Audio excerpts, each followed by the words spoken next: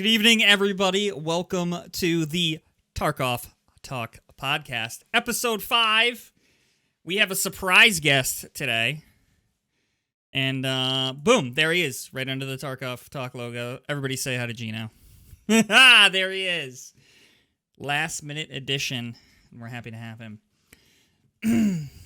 All right. Guys, hello, everybody. Welcome to the Tarkov Talk Podcast. We're going to try this again. This time with more awesomeness. Welcome on in. Tonight we're going to be talking about the new things that we have coming to Tarkov that were announced last week, as well as we're going to discuss the map known as Shoreline, what we love, what we hate, what we would maybe like to see people improve in the future. Joining us this evening, we have a beautiful gentleman below me, Fudge XL. A little bit about Fudge if you guys don't know Fudge.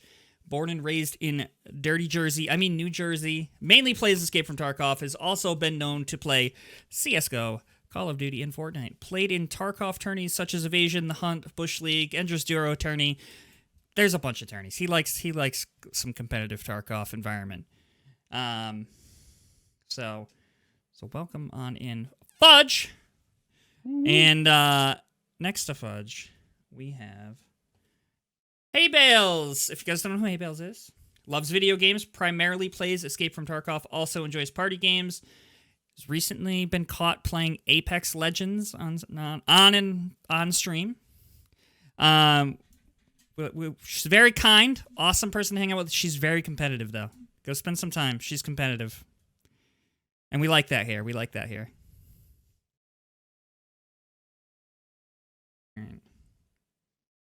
Okay, and right next to her, some of you may know him, some of you may not, especially if you've been around my channel for a while. We have Fuzzy Bear, ex-firefighter EMT from Pittsburgh, PA. Originally started streaming in 2012 playing old school RuneScape, took several years off, returning in December of 2020 to stream Tarkov full-time.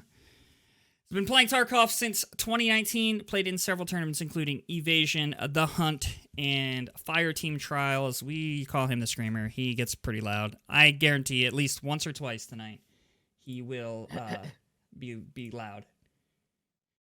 Fuck you. Okay, and above Fuzzy, we have this esteemed, distinguished gentleman known as Judge Rudge. If you guys don't know Judge, he's a full-time dad, full-time streamer. He's been gaming his entire life, trying to build a community. We're just going to call him Judge Me Daddy because, I mean, who wouldn't want him to judge you right now? Daddy. And then we have Gino as well, which, boom, Gino's card's not there, but I have his thing. Ready? Watch this. We'll pull it up real quick. Give me a sec. Sorry, a second. This is my fault. No, it's not your fault. Boom! I got it. There it is. Expanded. Looks good. If you guys don't know who Gino is, it says 19. This is from last year. I think he's a year older now. Would that be correct? He's a year older. Mm-hmm. He's 20 now. Ex-competitive Counter-Strike player. Been playing games since he was a young lad. Always interested in first-person style games like CSGO, Escape from Tarkov. After discovering these games, found a love for streaming, enjoys making others smile, and strives to be the light in someone's darkness. And he's got one of the best sheeshes around, let me tell you. All right. And if you're new here, there's this bum too. His name's Dad Life. Dad, Army of One. I'm a gamer, turf manager, temporary full-time content creator. Enjoy shooting sports. Started gaming on a Commodore 64. Loves gaming, obviously. I played WoW for years. Like, it was an addiction, a problem, competitive and non-competitive, weird addiction. PUBG, Apex, now Escape from Tarkov, New Balances, Grass, and Dad Vibes. That's my thing. That's my claim to fame. So everybody, welcome on in. Thanks for coming on the podcast. Chat. Thanks. Thank you all for being here. All right, let's get into the nitty-gritty. before we do that, we'll go through. So recently, last week, Battle State had a podcast. They talked about some new content or new that's going to be coming out in game. A lot of it is Lighthouse related. So there's some new guns coming out. One of them being a revolver. What do you guys think about new firearms? And my secondary question is, do you think that we're getting to the point where it's kind of feeling like, is there enough? Should there be more? Or is like it be coming to the point where there's just too much? Not at all. Yeah, I wouldn't say too much. Okay. I think they need to. I think they need to release some like guns and stuff at this point of wipe, especially to keep it, not from getting stale and stuff like that. Yep. Certain calibers need more viable weapons. I'd like to see more bolt action rifles as well. Okay. All right. Definitely. What do you guys think about the revolver? You excited for it? Yes. Yeah, I hope it. I am.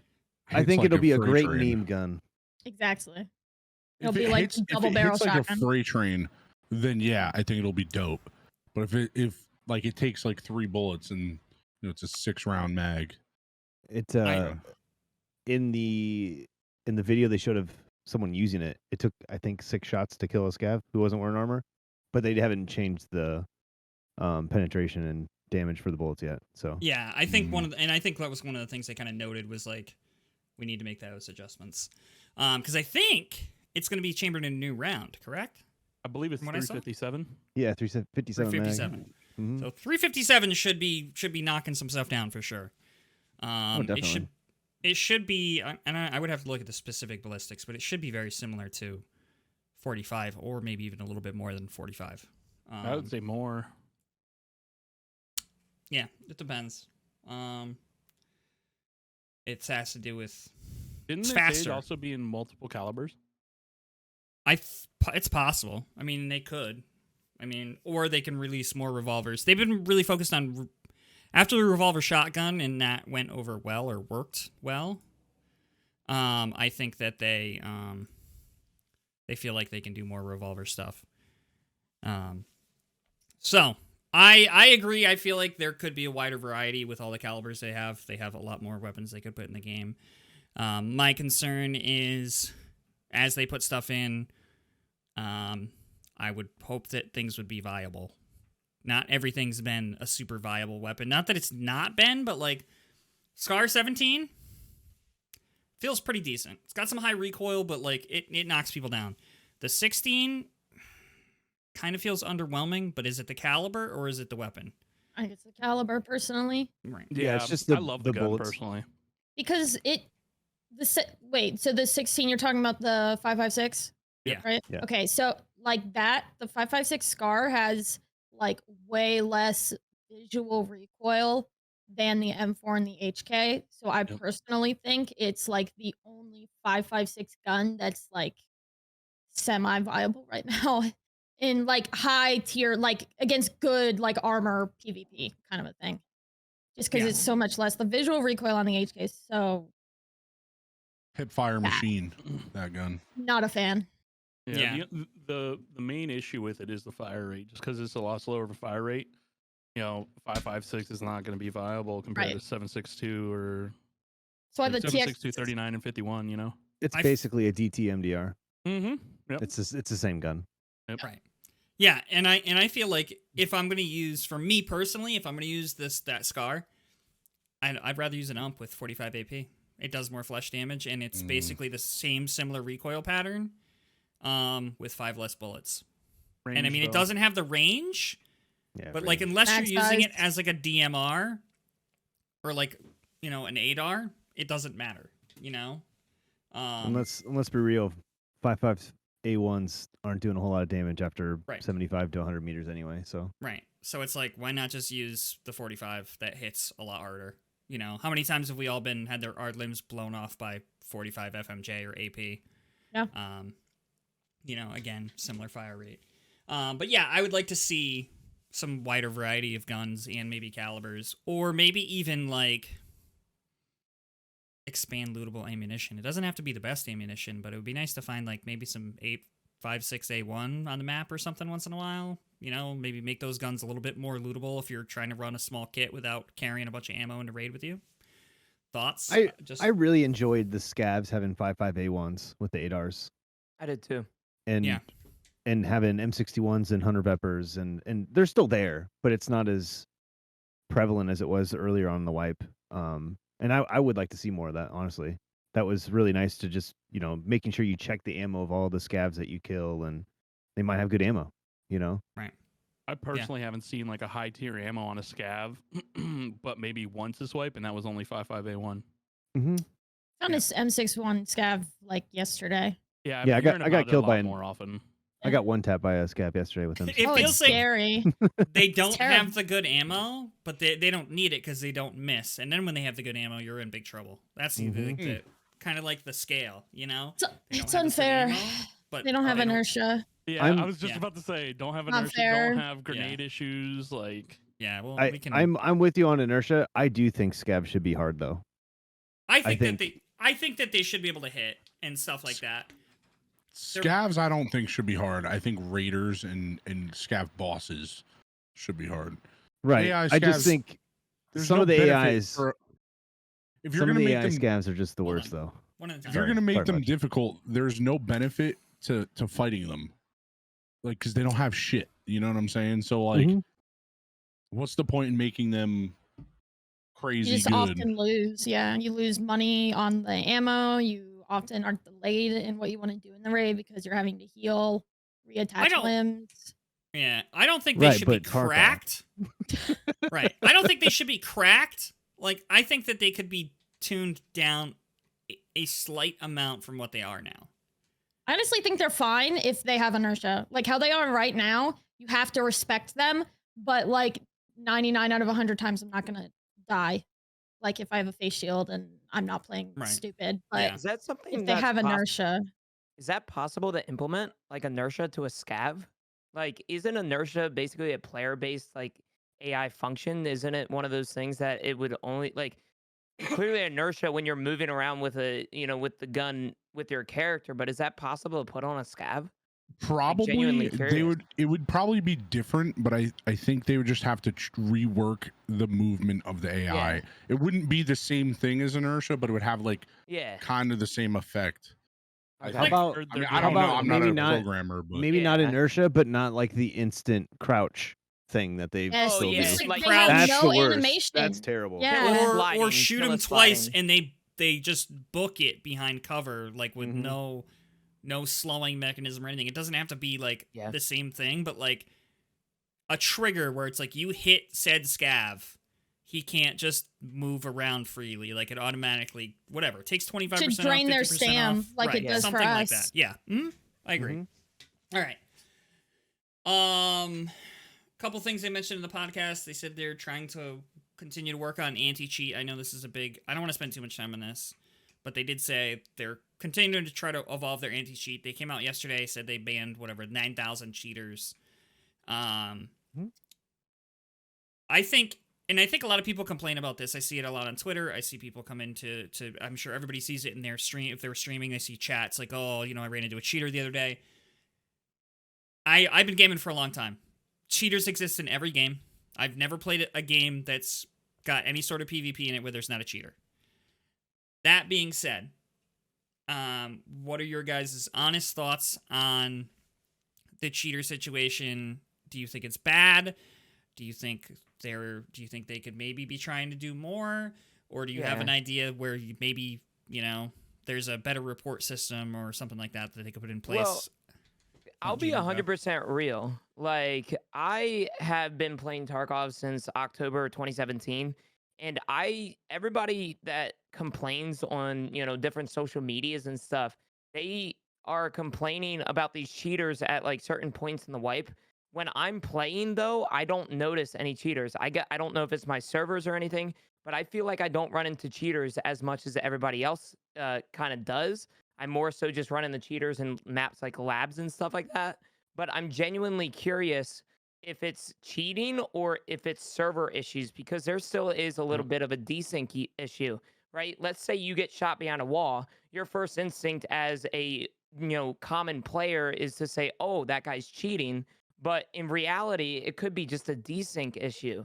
And clearly, like if you die behind a wall and the guy has a white name, oh, instantly, like that guy's cheating, right? Like I don't understand.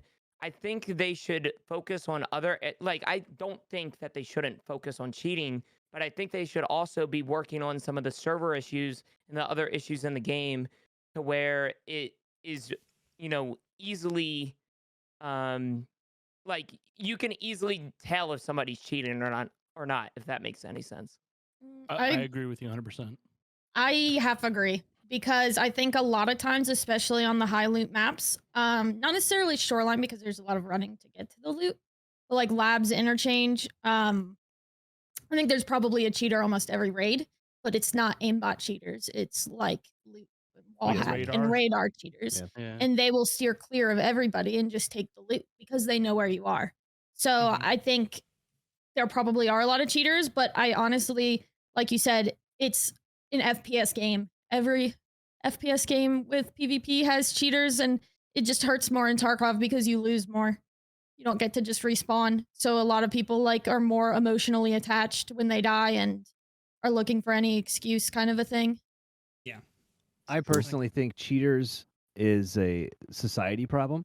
It has nothing to do with video games and programming. Mm-hmm.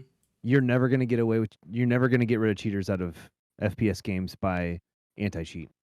The only way you're going to get rid of them is to stop cheaters from cheating. They just have to stop being douchebags and cheating. Well, have you guys watched?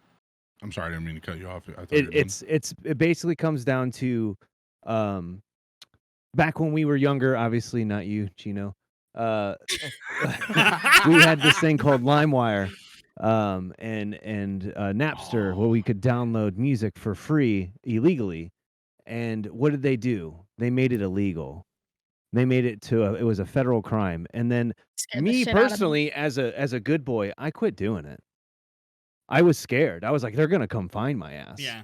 They're gonna come take my shit. Now I know Fudge, you kept doing it. I can tell by the way you're looking right now. You kept fucking doing it, and that's So cool. many viruses on my computer. Right. But So that many did viruses. cut it down substantially. There was real world consequences for doing something illegal, if you will.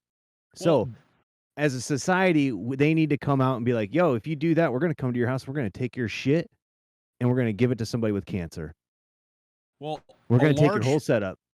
A large part of that is, though, I feel like majority of the cheaters isn't people like in the States that you could regulate that, right? Yeah, I feel like a large part of the cheaters are people that, I don't know if you watched Pastilli's YouTube video on it, but a lot of them, that's how they provide for their family. You know what I mean? And like, you're not going to tell somebody you're not allowed to put food on the table for your kids, and like they're just going to tell you go fuck yourself. You know what I mean? Like, I think it would be easier to punish the people buying it than the people selling it. Like if we can crack down, on the people buying it, then the people selling it will have no motivation because it won't be sustainable income. Right. well, there's like There's then no that- good solution, honestly. Well, then Yeah. that trickles down to there's different types of cheaters, right? There's the people that just aren't good at the game, so they cheat to be able to play the game, right? And then there's the people that cheat to sell something, right? To sell a carry money. or whatever it is to make money, Mhm. right? I would say the worst of them is going to be the people that cheat just to play the game, because there's no like justification for it. The Ragers, I could yeah. kind of understand somebody in a third world country paying their bills through cheating. You know what I'm saying? Because like it's no sweat off their back. They're just trying to provide for their family. So I like kind of understand that. Okay. I have a hot take on this, which is gonna be weird. But Fuzzy, you have anything to add? Like Gino said, I think a lot of it is more desync. I think, like I touched on last podcast when we were talking about inertia. Personally, I feel like inertia was implemented to try and mask the desync issues more so than what we're dealing with, if that makes sense. Fair enough. And I'd agree with feel, that. I feel like the desync is still very much there. Like I remember at the start of wipe, a lot of people were like, "Oh man, the servers are phenomenal now. The desync's, hardly there." And I don't know. I don't feel that way. I feel like desync has just been just as bad, if not worse, than it's been lately. I will agree with you that because inertia, you had to spend, especially now that inertia isn't as prevalent for people that have max strength and endurance. Yep. That those people are back to, maybe they're not, jiggle peeking the whole hallway like AD strafing, but it's pretty easy now to just, hit E and peek the corner and pop a shot off. And it happened to me yesterday. Somebody did it to me. They happened to be broadcasting their thing. I went to the thing and watched it, and it was like they landed a fantastic shot on me. But they had 140 ping. I never saw them on my screen before I was dead. And I was like I'm not mad at that. I'm not super mad at that person. They were streaming overseas, and I know that I've heard from people that stream over there or play over in Europe and stuff that the cheater situation's bad, or they don't get as much PvP, so they're playing over here, and I understand that, and it sucks. It sucks for people that are playing. I'm playing on East Coast servers, and I have to deal with somebody who I can't even see when they peek a corner, especially if they're a good player. I'm at like double disadvantage. I'm not the best player. I'm old. I don't have the best reaction time, but I would at least like to see their head come out before they shoot me in the face. So I will agree that. And then as far as the cheater situation, so I played a lot of World of Warcraft, and I know people that would sell accounts. They would level and sell accounts. They did not use cheating. They would farm gold. They would sell it legitimately. I used to do that. And I think that a lot of people have done that.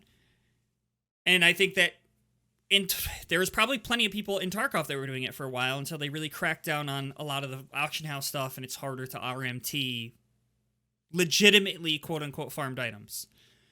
So if you're going through and playing the game legitimately, and then you were to, say, sell your account or do whatever, like whatever you want to do, any game, I don't care as long as you earn that stuff legitimately, you can do whatever you want with it.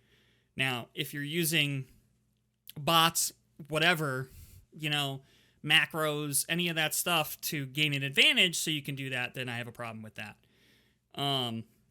If you earn your stuff legitimately and you want to sell it to somebody else or do whatever because you want to pay your bills, fine.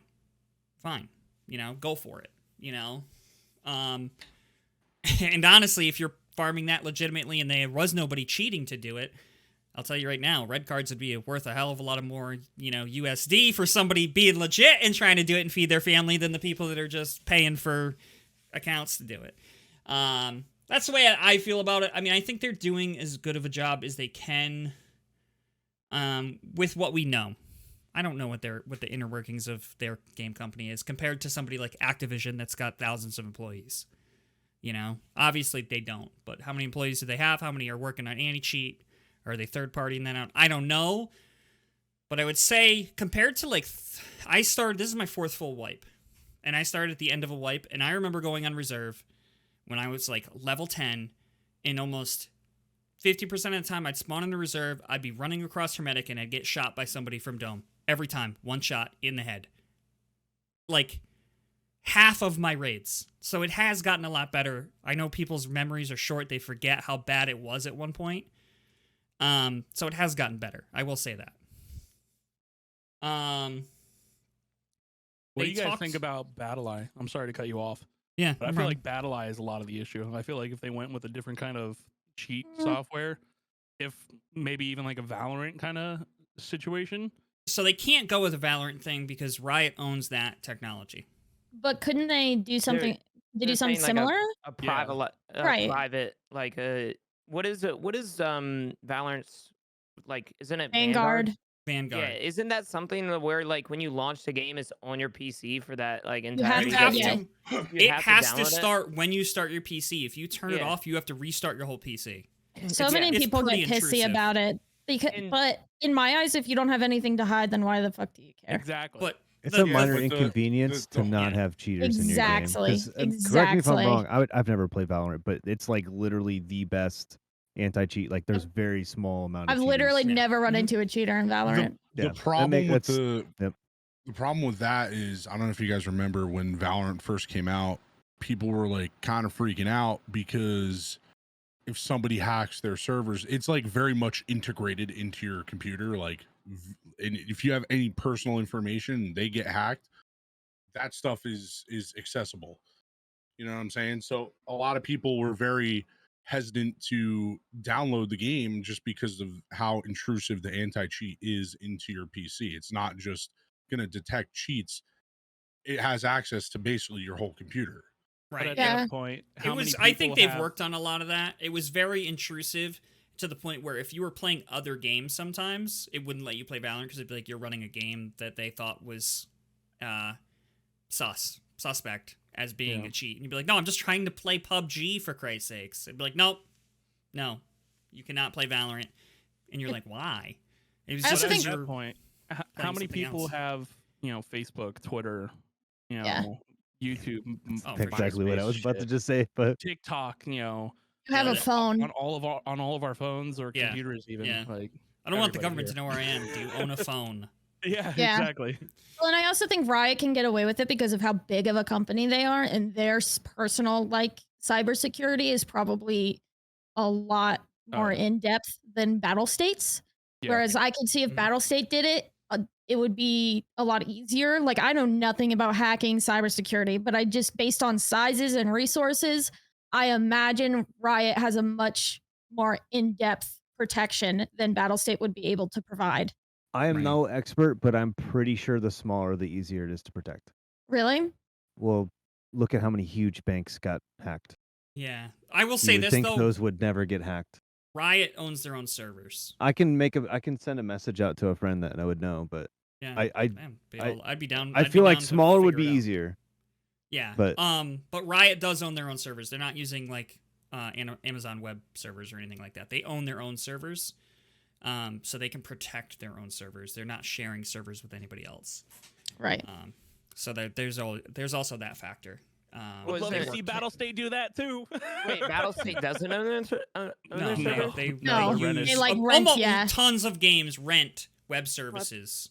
I think that's why a Most lot of games do. people are like just buy better servers. But I think Yeah. one thing they don't understand is they probably signed it like they're in a contract for the servers they you- currently have. So it's not like they can just be like, "Oh, I'm sorry, guys," Yeah, and right. get new servers. So if you look at there's multiple games. If you look at multiple games, line up those and then look up where Amazon Web Services are hosted, and most of them are going to be where Amazon Web Services are hosted, because a lot of them are using Amazon Web Services to host their games, because it's cheaper for them to say.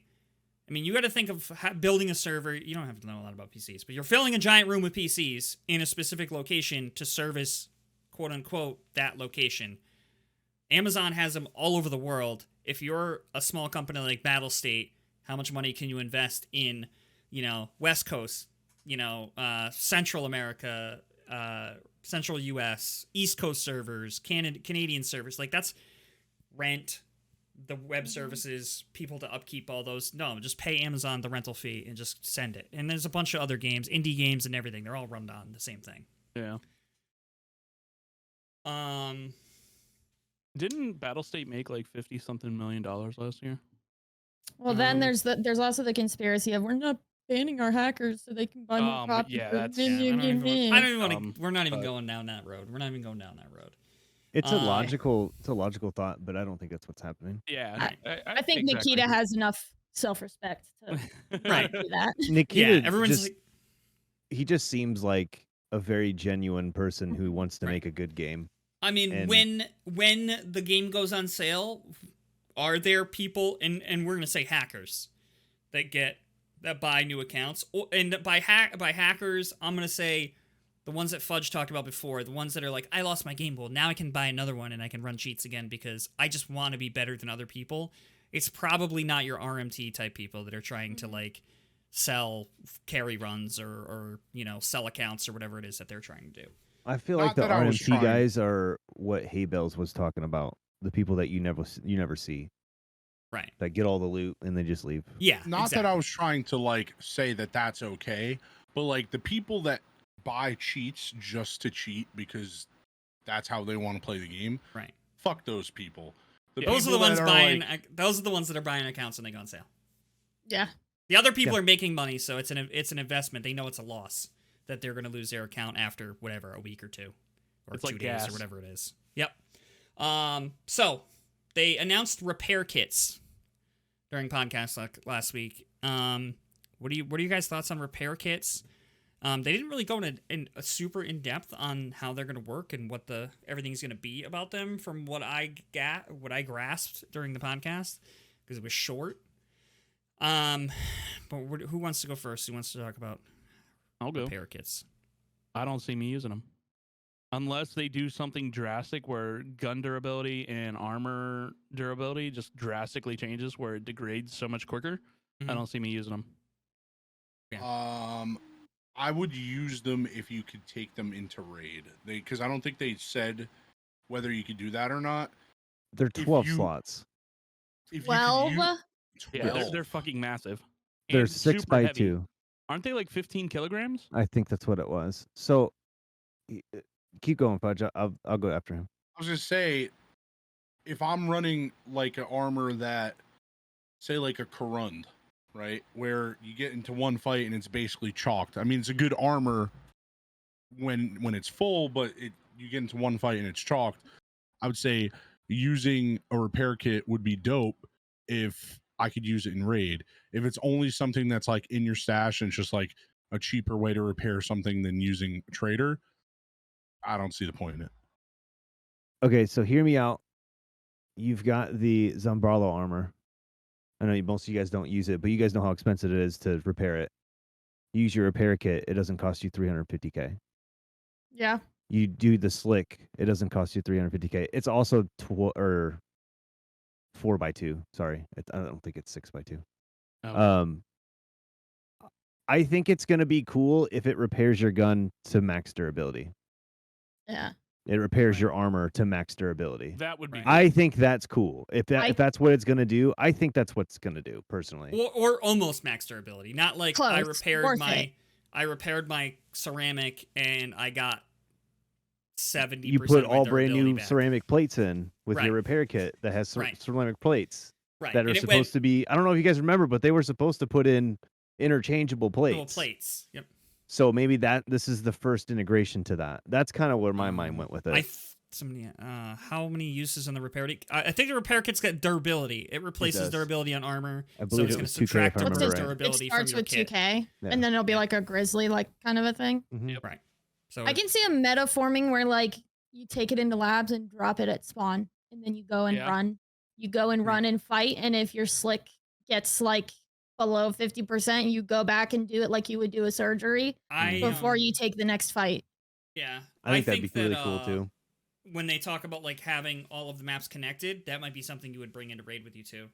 If eventually Yeah, all the maps longer are connected raids. and you're going through 3 different map zones, you would bring a durability kit with you. Have one guy have like the repair stuff, and one And the guy has heal all guy. the heals, and Yeah, you know what I mean. I think 'Cause that'd be you're all sick. carrying all That would be heavy sick. shit. Like Yeah. run 5-man's like like an actual like 5-man squad where you got like your scout, sniper, your heavy artillery I truly guy. can't wait to open Yeah. if they ever do it. They've confirmed, so they confirmed that you can't use it in raid now, but like in the future, they're putting that item in. I'm wondering. So 'cause is the whole it makes point just to sense. save money then on I repair think so. cost? And 'Cause I and don't see truly, a point. It's supposed to repair better than mechanic. and right? truly, So- like Slightly. I think we're all in the same like boat here. Who the fuck cares about money in Tarkov anymore? Especially Yeah. after the first like week. Like It- maybe the first week, but It's Well, a we run or also- two away from a couple mil. we At also- any point in time, you know what I but mean? there's Like not- it's there are scav some run away people- from money. We also are play this some game for a people- living. Yeah. Exactly, saying? exactly. But Like- that's what this game is made for. It's Yeah. made for us.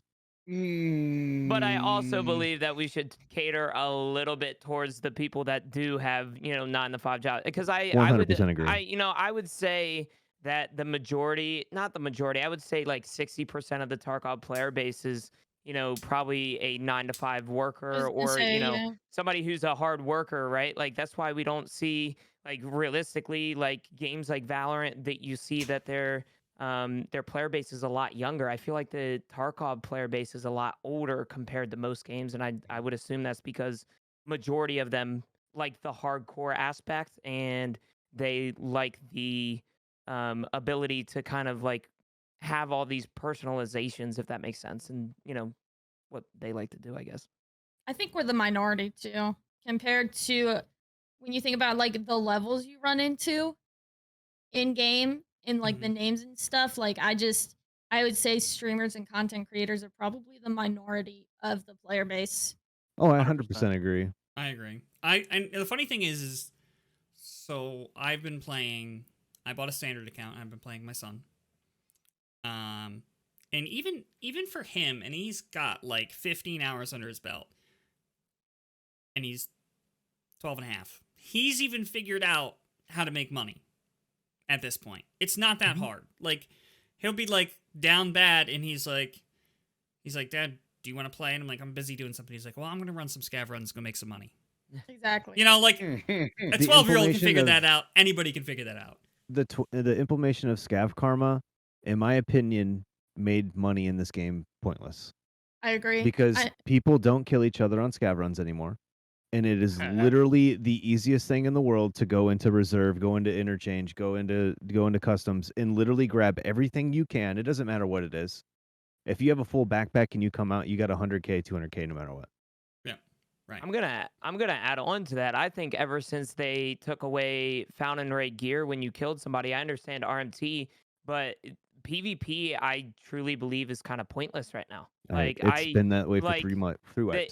It's been that way since the found and raid was taken away, and I don't see the point in PvPing. You aren't like you waste more money in a like fight with ammo than you do anything else, and like you won't profit off of PvP. That's why the playstyles changed. That's why a lot like I hate the stigma of like Chad versus Rad. I've always hated that, but like that's why a lot of people play slow. That's why because PvP isn't worthless.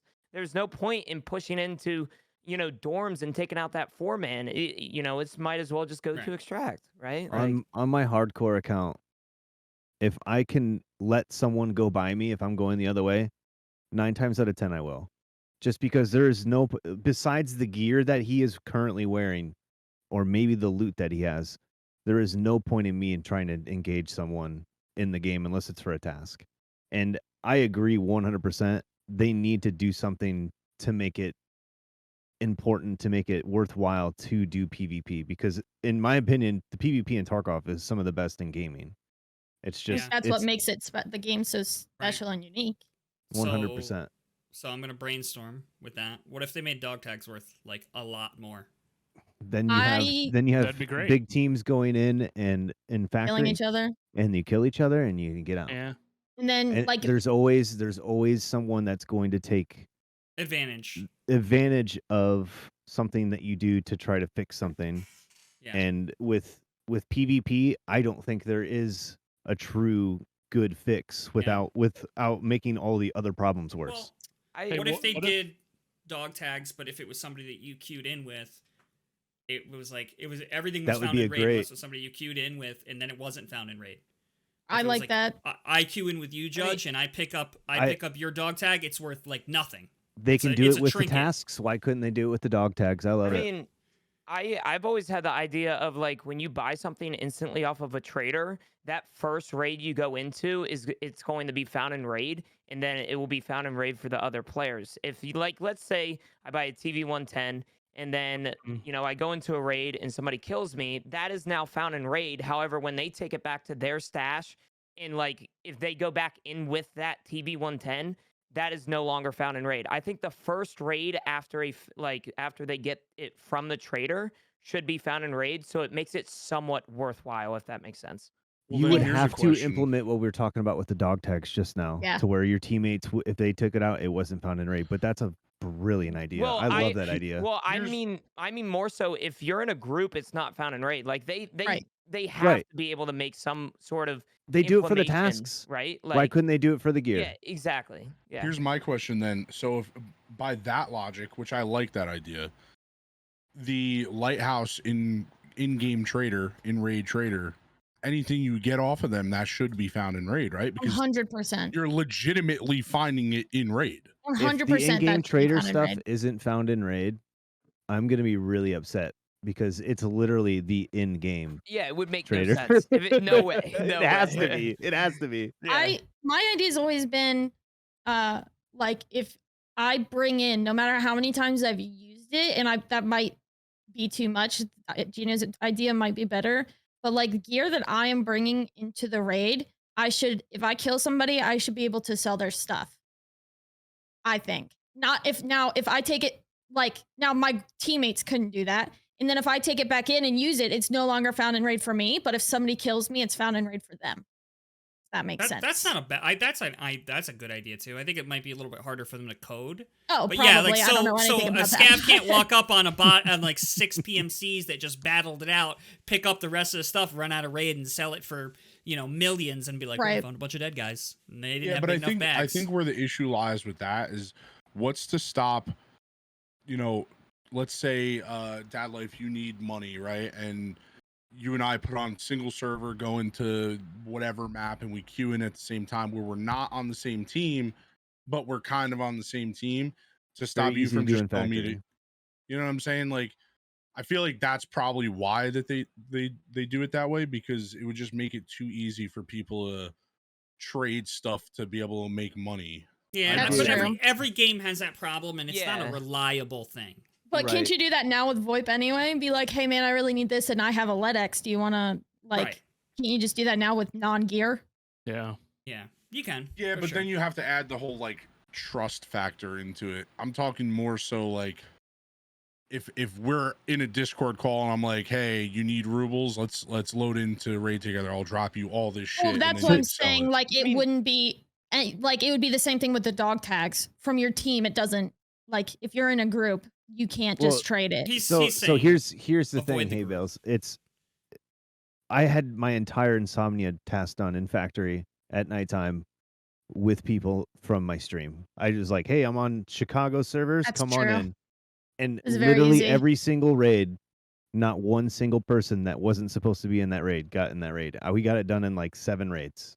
They'll Yeah, all but have insomnia. So then that's going to be a problem for anything, though, if you do the dog tags. Exactly. Like, Yeah, I was just about to it's say. a, it's a There's always workaround going to be a for it, problem. Yeah. There's gonna be always an going to issue. be something that's going to be bad for it. Someone's going to exploit it somewhere. right. But And I think if people are constantly exploiting something like that, they're gonna have to find a way to prevent that. Like, hey, right. there's plenty of games where you get caught exploiting and they let you go a couple times, but if they catch you exploiting nonstop, they ban you.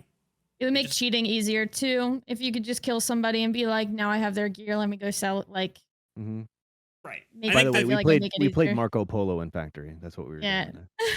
doing. that's awesome.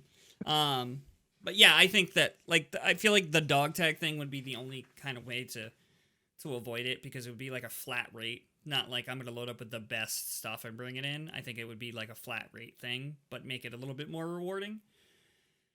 That's the only way that I can personally think about it. Because like any of you guys said, we could just grab a ridiculous amount of stuff, load it on our bodies, and then try to load in the raid. What It's if- where it's like, I'm a level 46, I'm worth, 100,000 rubles instead of 18. What if they You know? made it where traders, when you would sell something to traders, regardless if it was found in raid or not, was worth just slightly below the value on the flea market? How could Or I it mean, would as fluctuate. a community, we could We could definitely abuse it, but I mean, at Yeah. that point, it'd be something new to try, right? I like the thought. I don't know how they would do it though. Yeah. Maybe just give us more for all the items. Well, if they were I gonna mean, do if they were gonna do like- that, then they just get rid of the flea market at that point. the meta ammo should be worth a lot more than like 400 rubles. well, you can't You know what even I mean? sell the Like- meta ammo now. So, Well, I mean, like, say, let's It's go on like flea- BP, SPP, or- stuff like that. Like, Yeah. I don't use the Val, so I never run that ammo. And if I find it, I don't even pick it up anymore, even though it's valuable. But if you sell it to mechanic, it's worth like, if you have a stack of, it's like 300, you'll 3,000 get like rubles. 5K rubles. You know what I Mhm. mean? Like, it's worth nothing. So maybe give us more money for that type of stuff. Not like flea market value, but like maybe, half, like even just like a little bit, like It 20, should be 30K if for a it's better stack, you know? ammo, it should be worth a little bit more than what the traders are gonna sell it to you for, possibly, or Right. you don't. you know. I mean, I and don't that's know. tough. I don't know. Yeah, that's a tough one to figure out. But once again, does money really even matter in Tarkov anymore? Right, So what is it? Yeah, exactly. What does it really matter? I like the reward for maybe encouraging some more PvP. Other than that, I don't care. Like I said, we can go make the money if we have to. Somebody also had the idea of like doing a bounty idea, like a daily quest where there's risk reward. So like 20 kills and you get a specific reward. That's not even necessarily money, maybe cosmetic, like the armbands and stuff like that. But if you don't complete it, then there's like a negative Isn't that what aspect dailies is to it. though? Yeah, isn't that Right. what we have already? There's PMC there's- initiatives. I don't think there's a big enough negative impact if you don't complete the There's daily. not even a drawn out negative. There That's is a what I'm negative, but saying, we don't like- know exactly what it is. So like you can take it and Yeah, then that's a it good gives you point. incentive to do it. Yeah. But Yeah, like if I like you that. don't complete it, then you're screwed out of something.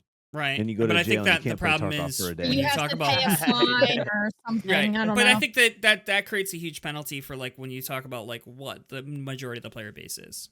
Well, that's why it would be optional, right? Like so, you know, Kind of like the radiation thing. That's actually perfect because my next question is daily tasks. How do you guys feel about daily tasks? And and they talked about re-rolling. What do you guys think about the tasks in general? And what do you think about re-rolling? they're boring now. Oh no, man. I don't like the daily tasks. It's I that feel last like some of stage of them the are wipe super where dumb. I really hate to be that guy, but it's that stage of the wipe where I just like I want to go in and just shoot things in Shoreline. You know, I don't really like I know people pushing for Kappa, they, do their dailies and weeklies, but I don't know, it's that point in wipe for me where I don't care what quests I'm doing. I'm going to just go in there and have fun. Instead of I think the daily quests, like when they first came out, everybody was excited and I was excited. But now I just feel like they kind of fall off. They fell off, Like I feel like they're boring, I don't Hear feel me like out. the point in doing them. They're too direct with what they want, which they were Yeah. mentioning they were going to make them more generalized, so it should be a little bit better. Yeah. Like killing a fucking 5 PMCs over 35 meters away in the left leg. Like, come on now. Yeah. I only do them now if the reward is worth it. But you Yeah. can't see the reward, so you have to accept it. Well, yeah, I do it anyway. And Right. So it's So like I feel like it's one of those mechanics that is good that we have, but it's not that big of a deal. Yeah. I agree. Yep. Like we the need yeah. we Well, need especially, like, the summer lock possible. button in our stash for when you hit the sword button, so your cases don't go everywhere. I've been saying We that for we so need long. that now more than we needed daily tasks, but daily task is nice to have. It gave me something to do between levels like 50 and 62.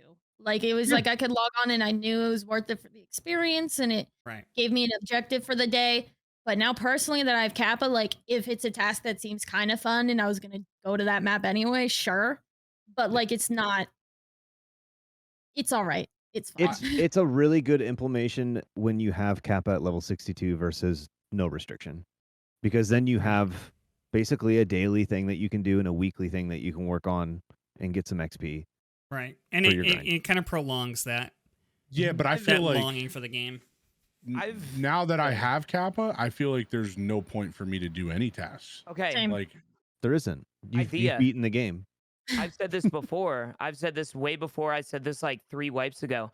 I really think that they should add a prestige system that after when you Yes. get the Kappa quest and you go to hit collect the Kappa container, your entire profile resets, your stash resets, you go back to level 1, but now you have a Kappa container. That way you 100%. have to go all the way back from 0 to whatever level, and I think they should just keep adding like a prestige system to where it never gets boring. Like Right. like when you, in order for you to get Kappa now, you have to reset your account and you go back to nothing. yeah, but what happens if you cycle all the way through again? Do you I now mean, Get there's no another benefit? reward. Your They- guy grows a beard. Yeah, Yeah. something.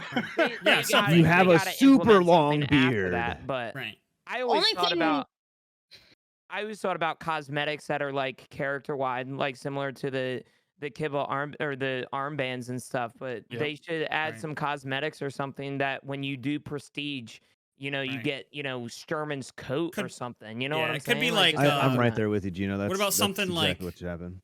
Yeah, what about something like an Apex? If you hit like Masters or Diamond, they give you a trail, and each season the trails Yeah. are different. So it could be like an armband, or like a hat that you have access to, and it's not like Special game-changing cosmetic, but it's just a little something. You were like 3 wipes ago, I did double kappa, Yeah, and I did it again the next wipe. Flex. I'll tell you what. So hear me out. Hear me out too. You get to keep those rewards through wipes if Yeah, they continue having wipes, because Right. I mean, wipes are supposed to go away here soon, from what I Right. understand. So Yes and no. I think they're gonna have like 2 servers, right? separate servers. Yeah. One where there's no wipe, one where there is wipe. yeah, there's going to be different. Yeah, I'll tell you Yeah. what. I think the one thing that's gonna just completely change Tarkov and for the better is Arena. I think Arena is gonna be the best thing that they could possibly implement. I am worried that inertia, like I think Fuzzy said earlier, is going to make it seem like desync is a big issue in Arena, where Arena is something 100% PvP based, and Arena, if you're trying to move fast, get around cover, inertia is going to be like, I personally think Arena would be better pre-inertia. Yeah. Oh, I was just about to say, fuck inertia. Go back, put Like- Arena with like old movement. You know? Thank you. Yep.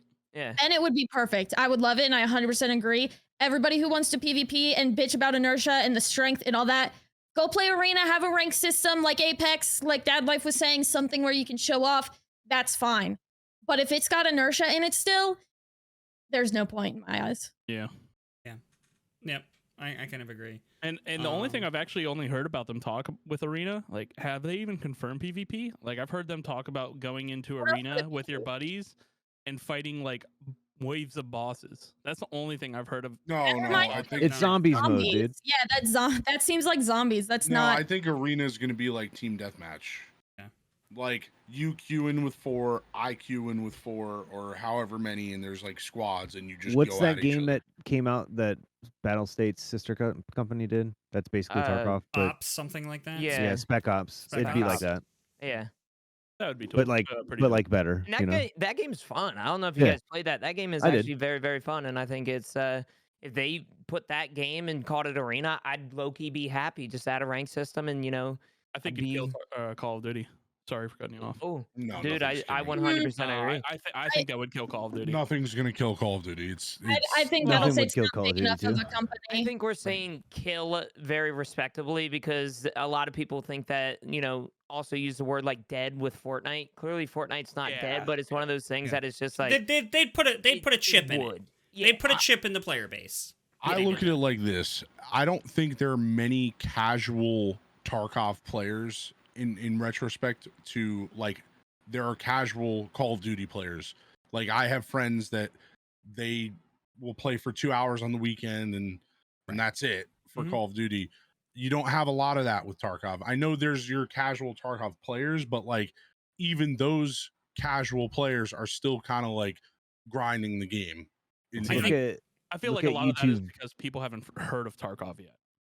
That's what I'm saying. That's why it'll never like true. kill another game, because it's not a big enough company to advertise and have It's access because COD's on to. And console. That's the only Well, reason. I also think, like I was saying earlier, is like the player base is a lot older, so to speak. I don't think Tarkov visually and like from a outside perspective is very like a very children friendly game, if that makes sense. Like COD is. Like I know COD is 18 plus, but we all know that. Like I don't know, Not. probably It's only me. The I went learning to- curve I is went to very Walmart. low.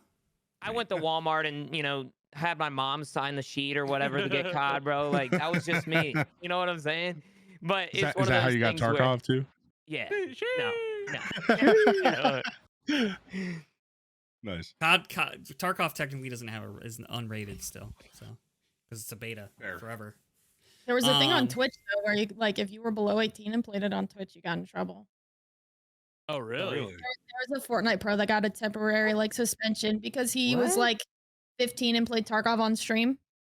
I was When 17 it- and played it on. This is when this was like 3 years ago though. So like when it first started How getting is, this, bigger, how is this any different than like Call of Duty or anything where you're killing someone? Right. more Yeah. blood, more realistic. It's Modern Warfare 2 lobbies. Come on. it's Oh, literally yeah. it's literally killing someone. What does it matter how realistic it is, whether it is or isn't? It's still Right, killing someone exactly. in a virtual world. Lush Roller asked, "What if you needed to be active and do unique tasks to maintain your skills. Like, just like in real life, like, you could have been a college athlete, but if you don't continue to maintain your health, like your skills start to decline. What do you guys think? They already That kind of happened? had that. Yeah, with memory. Yeah. So if you don't play, like if you're halfway through like stress resistance, it'll go down to all the way to the bottom. They used to. I believe they removed that now. Did they remove it? Okay. I think so. Okay. I don't see the point in that with wipe in place. Like the wipe literally does that, Yeah, so to exactly. speak. You know what I'm saying? 6 Like, months. Yeah, exactly. Yep. If it's open world, sure, do that. But Mhm. right now, I think with a wipe system in place, that it's very hard to add something like that. I agree. Yeah. I mean, you said, but Kappa. I mean, once you have something, you don't lose it unless How would you throw it away. I'm genuinely curious. How would you lose like something like It's Kappa like with it? Prapper burst into your hideout Yeah. and like take it. No You wonder get they added the radiation security point. to the hideout. You You haven't get been doing your. radiation I know poison you and haven't die. been doing your tasks. I'll take that. Thank you very much. The permanent death. That's how they did it. So Don't get me started. they talked about new stuff coming to Lighthouse, the Lighthouse, and the bosses. What are our thoughts? I mean, we don't have a lot How of information. hard do you guys think it's going to be to get to that trader?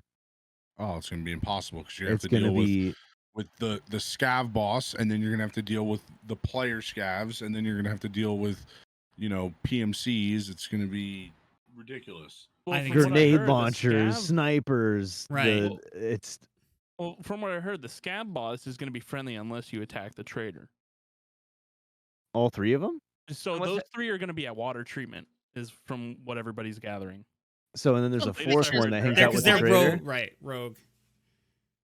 Yeah. Ooh. Well, okay, so I That's understand hot. that, but what's the And- point of having a friendly trader? Like more so not a friendly trader, like a trader that you can just access in the raid. Like it's in raid, but like they should They're add implementing. it, They're somewhat implementing. different. It's steps to open world. Yeah, they're getting ready for the open They're world. getting ready for it to be open world. So they're trying to get the trader in there so that we can like test it essentially on Yeah. how to do it and what's the best way for what they want to oversee with the game. That makes That's why sense. we're doing that. Well, I then- asked the same question as you did, but I was like, why are they doing this? What would be the point of killing the trader, though? Well, I thought, I mean, I could be way off here, but I thought you had to kill the scav boss to be able to access the trader. I didn't think he was friendly unless you harmed the trader. I thought it was you can't get to the trader unless you kill the scav boss. Hear me Yeah. out. Did Nikita actually talk about how that works? at all. I believe he mentioned it briefly in one podcast. I can't tell you when. They though. probably don't even know yet then. Yeah. Yeah. Yeah, I was Yeah, about I to think- say Nikita mentions a lot of things that don't fucking Exactly. happen. Right. Yeah. Yeah. You know? I have another question. Sorry, Dad Life, if you want to Yeah. Go for it.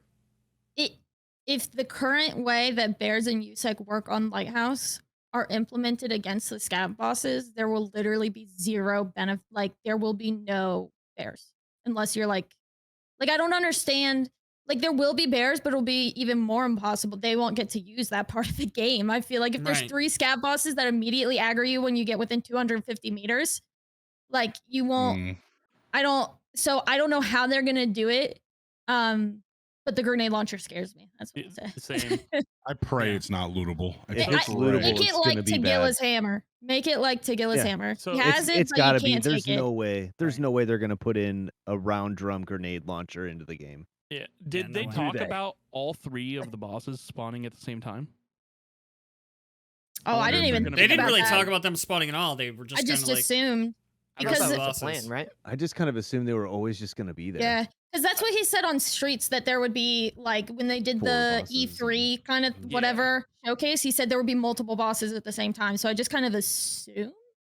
Yeah, I Right. wonder. And I if think they're that's why they actually gonna- tested at the end of those wipes where multiple bosses were on the same map just to see how the interaction and AI work together. Mhm. Yeah, I wonder if Yeah. they're all going to spawn in at the same time all the time, or if there's going to be a chance for them to spawn separately. Yeah, I think that there's going to be one boss with Trader, the rest of them will be in water treatment, and I don't know if it's going to be random, if it's going to be, M32 guy is always What going if to be it's- Lighthouse. Who knows? Well, what if? Oh, so like I What said, if I there's a think all 4th? 3 of those are going to be at water treatment. Yeah, I what if think there's the a 4th? boss that we're looking for The fourth that we're talking about at Lighthouse that could Could be be different, friendly. right. I think he's going to be the hidden figure that we see in the And that's photo. where the trader is too, you think? Yeah. Do you think it's That would make fenced? sense. It only makes. I mean, think about it, right? On Lighthouse, and I don't play that map like ever. Everybody goes to the one end of the map, right, where the Yep. rogues are. There's no point in being on the opposite end of the map where the Lighthouse is currently. Until they Right. have the trader.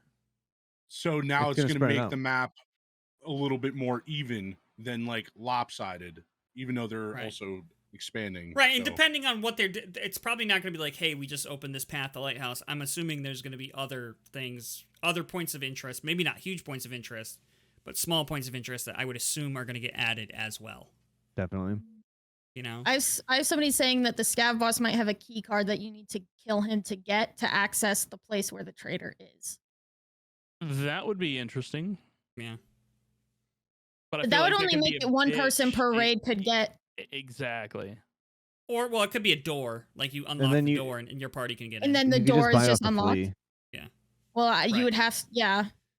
Now, what would be sick is if that key was unique to that raid, where like You couldn't sell it. It wouldn't you work. couldn't sell it, and it once, like, let's say you killed him and then you left raid, but you didn't go into the trader.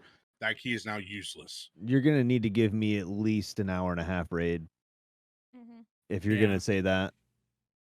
Right. No, Yeah. you To think? get to kill all. I mean, you're talking 3 rogue bosses. all the No, roads. No, No, this would just be the boss We're by talking- the we're trader talking at the just lighthouse. because supposedly you have to kill the I boss see what you're that's saying. at the You have to- trader. yes, So, I see Just what like, you're the saying. one. that To be able to boss access- would have the key, and then you're right there, and then you would just go right Like- in and The in-game trader's in prison, and you got to get the key from the guard. Something who like that. Said the boss. Not saying I that's don't how it know. would be, but that would essentially be the concept. What if they add a shit ton of cultists to the lighthouse?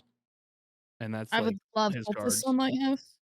I hate because that map. because the trader is apparently an old cultist, and they've already released photos of cult symbols. I don't know. Main didn't reason see I don't that. like lighthouses is because the player scavs are there 2 minutes. Immediately, yeah. They're at water Okay. treatment before I can get there. So Question. Yeah. Question. Taking out player scabs unless there's no players in the raid left. If a player is in a raid, no player scabs can get in the raid. it would make scav queues very long, I feel. And it would just make queues longer in general because then those servers that have no players. Who cares? Is that not how Me. it is currently? Actually, Bro, I get so bored with I played the game when the queues were 20 minutes and I could get up, I would go walk away and I would do my laundry and come back, but I wasn't a streamer then.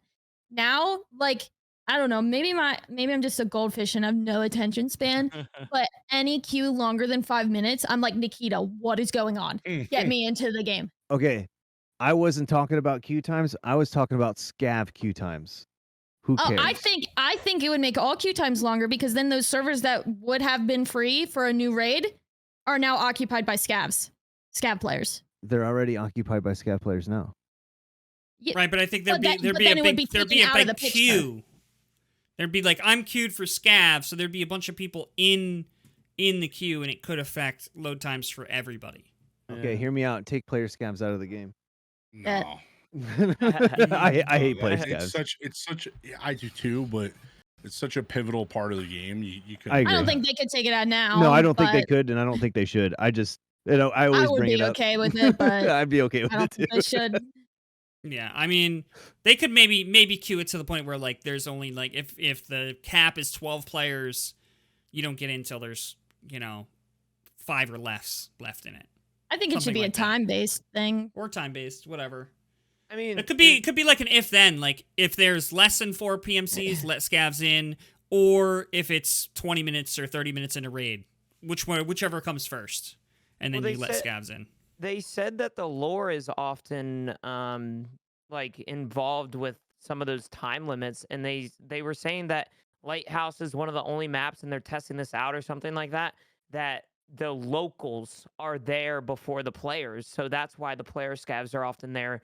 I heard that as well. Soon as the players are, is because the locals were there at Already. Lighthouse at the location. That's what I've heard. Yeah. Yeah, same. but then there's no NPC scavs, so that's kind of blows my mind. What do you mean? I mean, like so you're saying have you gone to Lighthouse and tried to do that stupid task where you kill scavs along the road? They're like, there's more player scavs in Lighthouse earlier than I can find NPC scavs on the map. Is my point. Oh yeah, I agree, but I mean that's just a simple fix, isn't it? Just add more scavs. Well, right, but to like the- so like that doesn't when we talk Yeah. about the lore, it's like why isn't there any more NPC scavs on the Yeah, map that I can that shoot makes for these sense. stupid tasks? All right, got a couple of questions from chat, and then we'll push on. One Eno asks, which I thought's interesting, but I don't think it would work. But I'll ask you guys for your thoughts. What if they added high risk, high reward raids where the cost of your gear had to be X amount of rubles to even load in, but there's no insurance on it? I think that's kind of like creating an. Wait, Yeah, say I mean that that's again? Yeah, it's kind of like labs. You have to pay, $160K just to get in. right. Mhm. So this People is like typically aren't. this would be running labs with pistols and no- diaper rigs, So right. This would be labs with no key card, but I think the problem is that's just arena mode. I Would it think be arena PvP mode, only? you don't Would there lose be any no gear. AI? Would there be AI? Would Yeah. you have to extract? I feel like in arena mode, like you kill everybody, you're 100% safe. If you have to extract, you get out, or you kill everybody on your Right. team, and then it's just done. There is no extract. Like Right. There's no looting. Right. Yeah, But so- I I feel like think arena that, like, shouldn't have a looting personally. high I agree. high tier raids to try, like, I don't know what, when you mentioned that, it's like what you're trying to accomplish is to try to increase PvP, have Chad versus Chad action instead of them fight lower level players. I'm not Yeah, I mean, I could see that. So in RuneScape, like way back in the day, they had a bounty hunter mode where Mhm. you could actually see the amount or like the worth in gold that the person would load in with. Yeah. And you were only really allowed to talk about, or not talk, but fight those people. I think that would be kind of cool. Like, and that's how they could queue it, like by therapist Yeah. cost. But I mean, then there's certain things that are like, super expensive versus super cheap with like trader costs. I don't think that they're capable of doing a lot of these things that we're talking about. Why not? They surprised There's us with too a lot many of stuff. issues with the game now, and you want to add all this shit. As great as it sounds, Yeah. I Like, mean, it's- ideally, in a perfect world, they fix all the issues and then they can just do content. But Right. there's in reality, there's different dev teams for different aspects of the game. So while they're working on server issues and all this stuff, there's also still going to be a content team working on making the game go forward. Yeah. So, like, for sure. yes, I would much prefer everybody focuses on server issues and RMT and cheaters and whatever issue you have with the game and not work on content. But as a business, that's not realistic. I mean, Well, there's a why lot. There's a not? lot of things that easy that chat's mentioning, like increase the cooldown time on scavs. Scav They rep, bro. implemented Increase all the those. cooldown, bitch. I have to wait 2 hours already to get Well, into that's another 'cause of fucking scab Because your That's rep. 'cause scav of rep is Santa. negative 1,000. I get you, Fuzzy. Santa, get you. Oh, dude, Santa fucked me early in the wipe.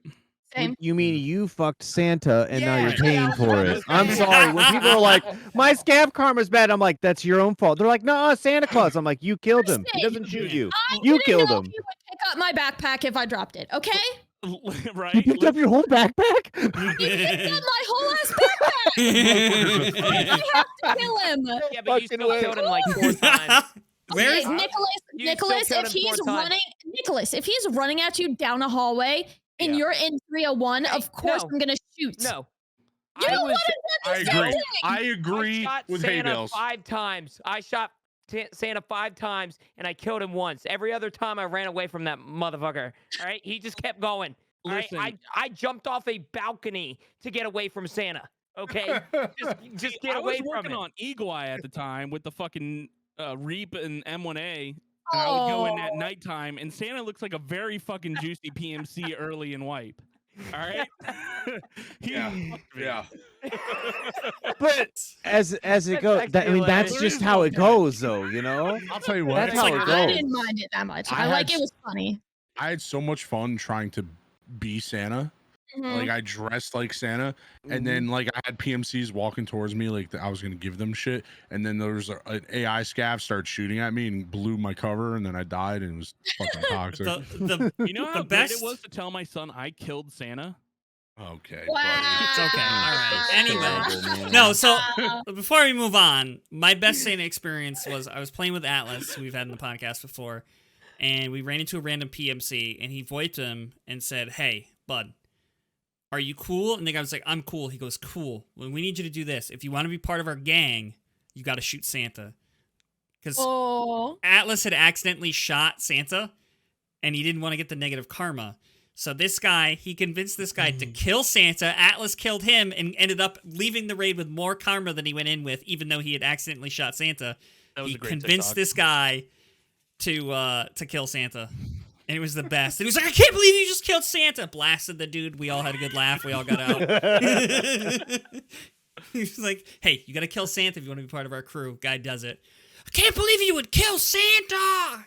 Oh my God, it was so good. He's like, "It's all good." He's like, "My karma's saved." He's like, "Santa's down dead. Let's loot him." I know? love Santa in the game. I love the whole. It was pretty part good. of I thought the it was whole thing. awesome. Except The So- Christmas event was fucking probably mean one of the asshole. coolest things they've done in a long time. And Halloween. Yeah. So real quick, I want to see zombies Um, for Halloween, but me that's too. just me. I was hoping DLSS was going to come out this week. It really didn't. Yeah. I'm hoping that it improves performance. I'm kind of skeptical. I think unless you're playing on 2K, you're not going to see a huge jump, but we'll see what happens. I was hoping that it came out and we would be like, "Yo, it's so much better or so much worse or whatever," but I don't really think there's not My a lot worry for us about to it talk is, about. I spot PMCs from a distance, Right. and with DLSS, typically speaking, the resolution from a distance is not as good, so you're not going to be able to see that as well. But Right. you have better frames. They have better frames, and I think that you're going to want to play in 2K to get an advantage of it. Would you be able to change settings around to make it better, like the Have a happy object medium. quality Wait, and you guys, stuff? you guys play in 1080p? I play I 1440. do. I used I'm to in play 1080. 1440, and now I just went back to 1080 because my frames are so bad. Judge, you don't understand. My frames are so bad. So Once you play bad. 1440, it's so hard to go back. Like I How played at could you- Gino's though, and I was like, "Why does your game look so weird?" Like I it's don't have a 1440p monitor yet. I try. Judge, So I send me have. one. I have a It's twice as 1440p good. monitor. I just Yeah. for some reason whenever I switch them, I get this like weird green shit on my stream. So I can't play in 1440 for some reason. I don't. Maybe it's a 2 PC setup issue. I don't know, but it doesn't work for me. So I'll I have DM you. no choice. I feel that. That's, I just I offered to help Fudge, and then he just, before I could try to help him figure it out, he was like, "Fuck it," and switched it back because he's I impatient. get frustrated. Yeah. was doing you changed your monitor during a subathon. I mean, Yeah, mid I mean- subathon. Did Bro, you try it I- any other time? Did you restart it, the computers, and turn them back on? no, Yeah, I did that like well, I mean not during the subathon, but I you did didn't do it during after. the subathon. And then when I changed it back, it fixed. I'm so for somebody who is on a computer all day, and that's like their job. I am the most computer illiterate person you'll ever meet. I have no idea, no clue. Dude, yeah, it's I'm it's- old. Yep. You should learn. I do PC optimization on the site. Would you like me to help up your stream? Hook up your stream, Fudge? Can you help Oh me? yeah, baby. Yeah. I just want to spend time with you, Judge. That's all. So sure. I will You swap a can't knob. help me, Judge. I have Whoa. I have the shittiest AMD CPU for frames that exists. What is it? The 3900X. It's not good. Those are fine. It's not. Judge, I need you because I tried Mm. overclocking my computer again, and Did you? Okay, find we'll talk about Judge No. plugging his overclocking services Oh at the yeah, end sorry. of stream. I did shamelessly plug that. Sorry. No, it's fine. It's fine. It's good. I used to have a 2700X, and then I upgraded to something else. So flare gun is the last thing they covered. Thoughts on flare gun? They didn't give us much details Nope. except there it exists. Causing care So- packages, right? Yeah. Yeah. yes. 100% dubs. It's a risk, but as long as there's decent loot in the drop, it's Big dubs. My How are you concern gonna get is it? it's going to be like the I don't know if you've looted a care package lately, but they haven't been very impressive lately. I've gotten good ammo out of them. Listen, There's Like, three that different. saves me There's money. 3 different types. There's Yeah. like gonna be like a medical one, a gear tech, one, and then- and like an ammo one. Yeah. Yeah, or something. How do you? There's 3 different types. Did they say how you're gonna get the flare guns? No. Is that gonna be like you have to find it in raid and you're In-game like trader, lucky, maybe? or is it gonna be like you can get it No. from trader? I think you can bring them into raid. Yeah. You I can, like yeah. this from VSS Soul goes, he just wants to know how much flesh damage the flare gun does. Oh, there's gonna be so many memes and stuff. I Like, can't wait to see TK I- Fuzzy with the flare gun. Yeah, go fuck yourself, all right? Can we like sign a petition to get the airdrop to be turned down like 50 decibels though? oh yeah, Yes, please. please. Can And Which the- is the which is rain worse, too, the you know? rain yesterday or the airplane? airdrop, dude. We were The rain only because the airdrop goes away. Yeah, the rain is constant for hours. Over. But So- what's worse is rain with an airdrop. Yeah. I think it's Is so it funny me- when it happens though. Is it me or when you're like by someone and you can VoIP them and the airdrop comes, does everyone else go airdrop timeout? Because I always do. I do. I just turned down my in-game volume now. Go XLR I for the mute win. it. I mute it. I- I just I- turn on music. It's such a struggle. It's such a struggle. It is a little bit like you A would little think bit. you would think that the airdrop was coming in at like 500 feet, and it's clearly Yeah. not, judging by how long the airdrop. They're at like 10,000 feet. They C-130s fly over my house at 10,000 feet all the time. They are not that loud. I promise you. My house does not shake when they fly over. 500 feet, it would be that loud. Maybe, and my house might shake a little bit. I mean, That's what we're they also, did. We're also Hey. talking about battle state here. We tried to fix the rain for 3.5 years, and it still hasn't been changed. So Yeah. you know, I like think they you're raised the rain sound, and then they were like, "Hey, we lowered it like this many decibels," and it's like, Eh, "Yeah, it's the fucking well, same. Thanks." same thing. I feel like with interchange. Interchange all my of a sudden God. got dark inside, and then they were like, "Okay, so we're gonna up the lightness, but of all the areas in the map, because outside of fucking interchange, I swear it's bright as day. Yeah. Like it is seriously incredibly bright, and all the colors pop. I think they just took the lightness, just put- scale and just upped it. They a just little called bit, you know? Snapchat and they were like, "Yo, can we have one of those beauty filters? We gotta put it on Yeah, our map." right? Yo, can we give a shout out to Battle State for fixing the scopes early wipe though on interchange? Oh yeah, that, Oh. That was terrible. yeah. How did they break it? How I do don't you know, break but they that? did. Oh come on! It's that's another battle state thing. They add a patch and it breaks 3 other fucking things. you know? Yeah. Like How do they you add not one test that? item to How break do you- 3 others. How do you not run attack 30 on interchange? Come on now. Like, Well, Attack I 30, what? I can't help but yo, attack 30s wonder. are a 1x4. They're the best like short range scope. No, TAC Yeah, but the 30s are reticle meta. is ass. No, I TAC hate 30's that. I meta. hate that site. Yeah. Attack Yeah, 30. 30's I hate the is- big. I Run hate a the big hammer. red circle. I don't like it. Run a Bravo. Bravo has such a big fucking reticle as well. I'll run a voodoo all day. I don't care. Yeah, I mean I'm a voodoo person, Oh, I'll but run. Yeah, I prefer The Voodoo. razor for five. me, but Yeah, Vortex is nice. yeah, The I'm, Vortex I'm is team. I'm nice. team voodoo last wipe. I mean, the vortex is nice. The thing I like about the voodoo is if you put the circle over somebody's body mass close range, you're gonna hit their body mass. Is where with the vortex, it's kind of the same thing, but that big circle is a little bit easier reference point for me because I'm old and I'm a boomer. Okay. Boomer. Red on head. Red on head. Well, that's the voodoo, you know. All right, so we're gonna take a little break here, so everybody can go to the bathroom, refuel, you know, grab a beer or a water or whatever their beverage is. And so we'll be back in a couple minutes, and then we'll be talking about Shoreline when we come back. Ooh. All right, guys. Ooh. All right, and we're back. Tequila. What? What? All right. Oh my God, here we go. I'm on my 3rd drink. Sub account said inflation in Tarkov is best seen through the price of mustaches. True. What?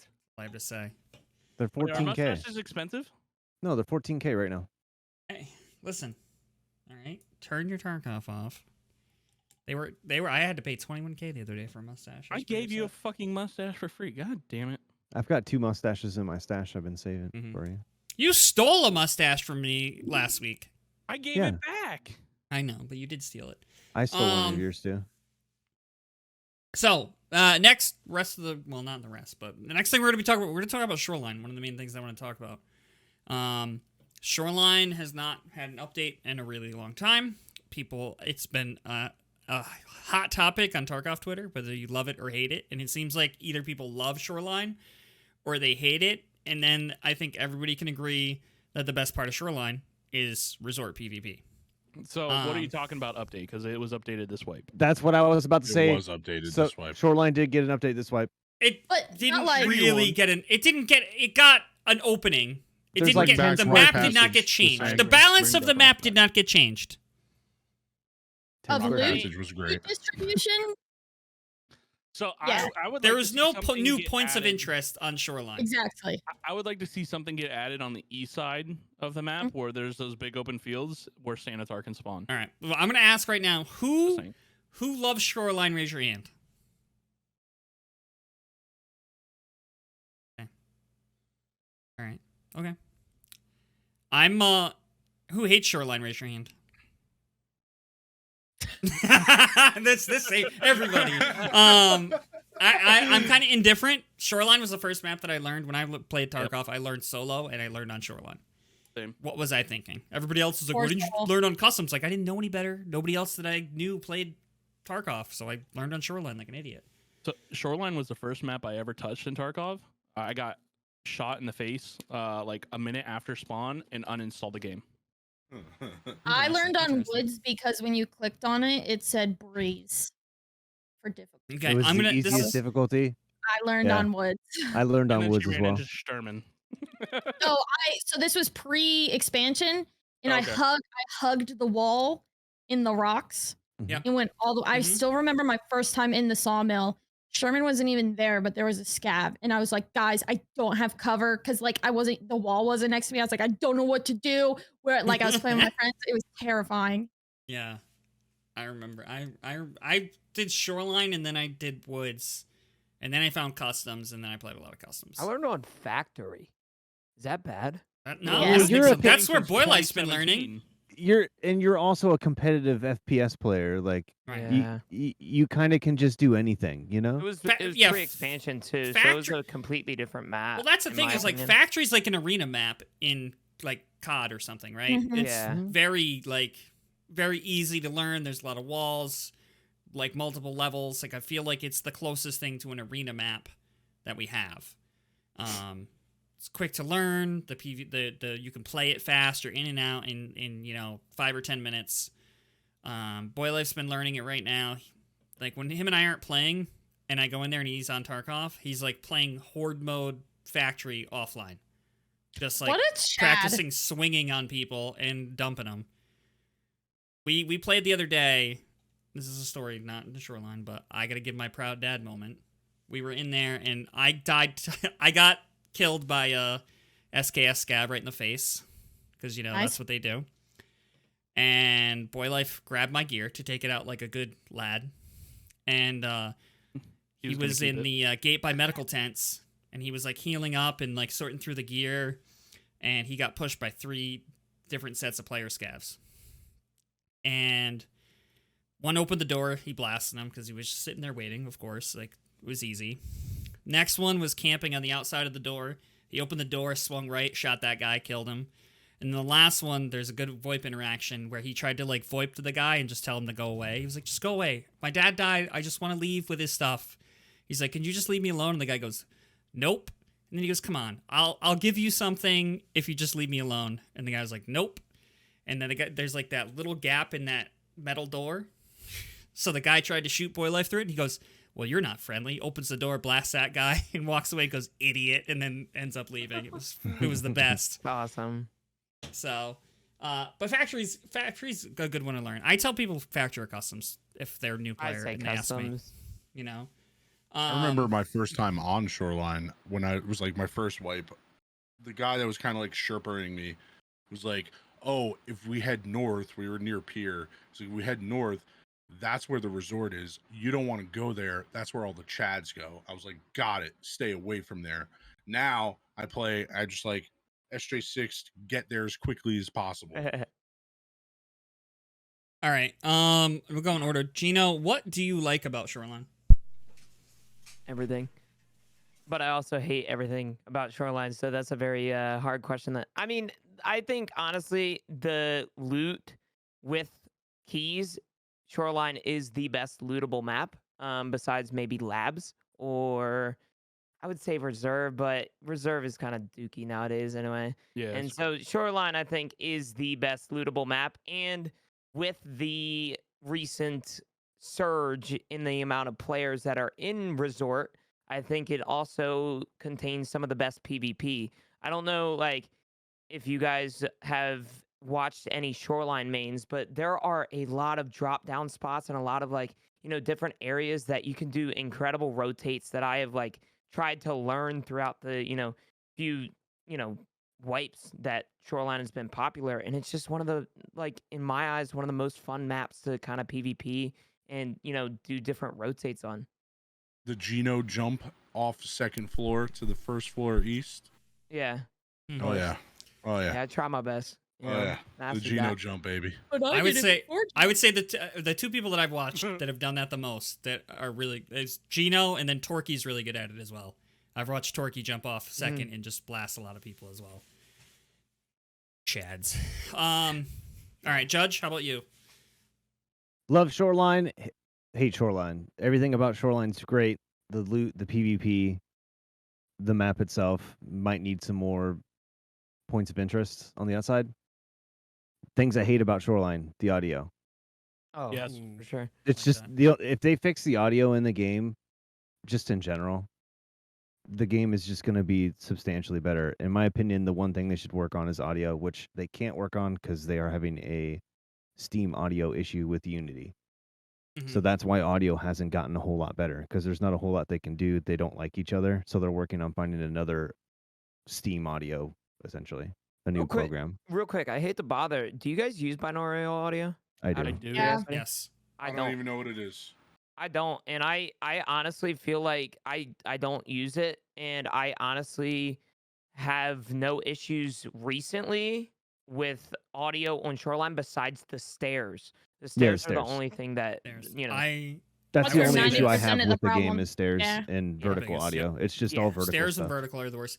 I will say this because I tried it both. I experimented when Veritas was like, "Oh, I'm testing stuff. What do people use?" And I said, "Look, I'm going to try both." And I will say this. Actually, we'll talk about audio at the end. Yeah. But, Sorry. No. But I'm gonna say this. I had it off, and I was in admin, and somebody was running across, the crossover bridge. I thought they were in admin with Steam audio on. The audio, I don't have that bug, but when Steam audio off, binaural off, the sounds, and it's not everywhere. It's just certain places on the map. I'll hear audio that is really far away, and I'll think it's right on top of me. And vice versa with the with binaural off. When if binaural on, I at least get a better sense of direction, with the exception of the problems that all of the sound have, which is like stairs and vertical. But I can hear people from further away with binaural audio off.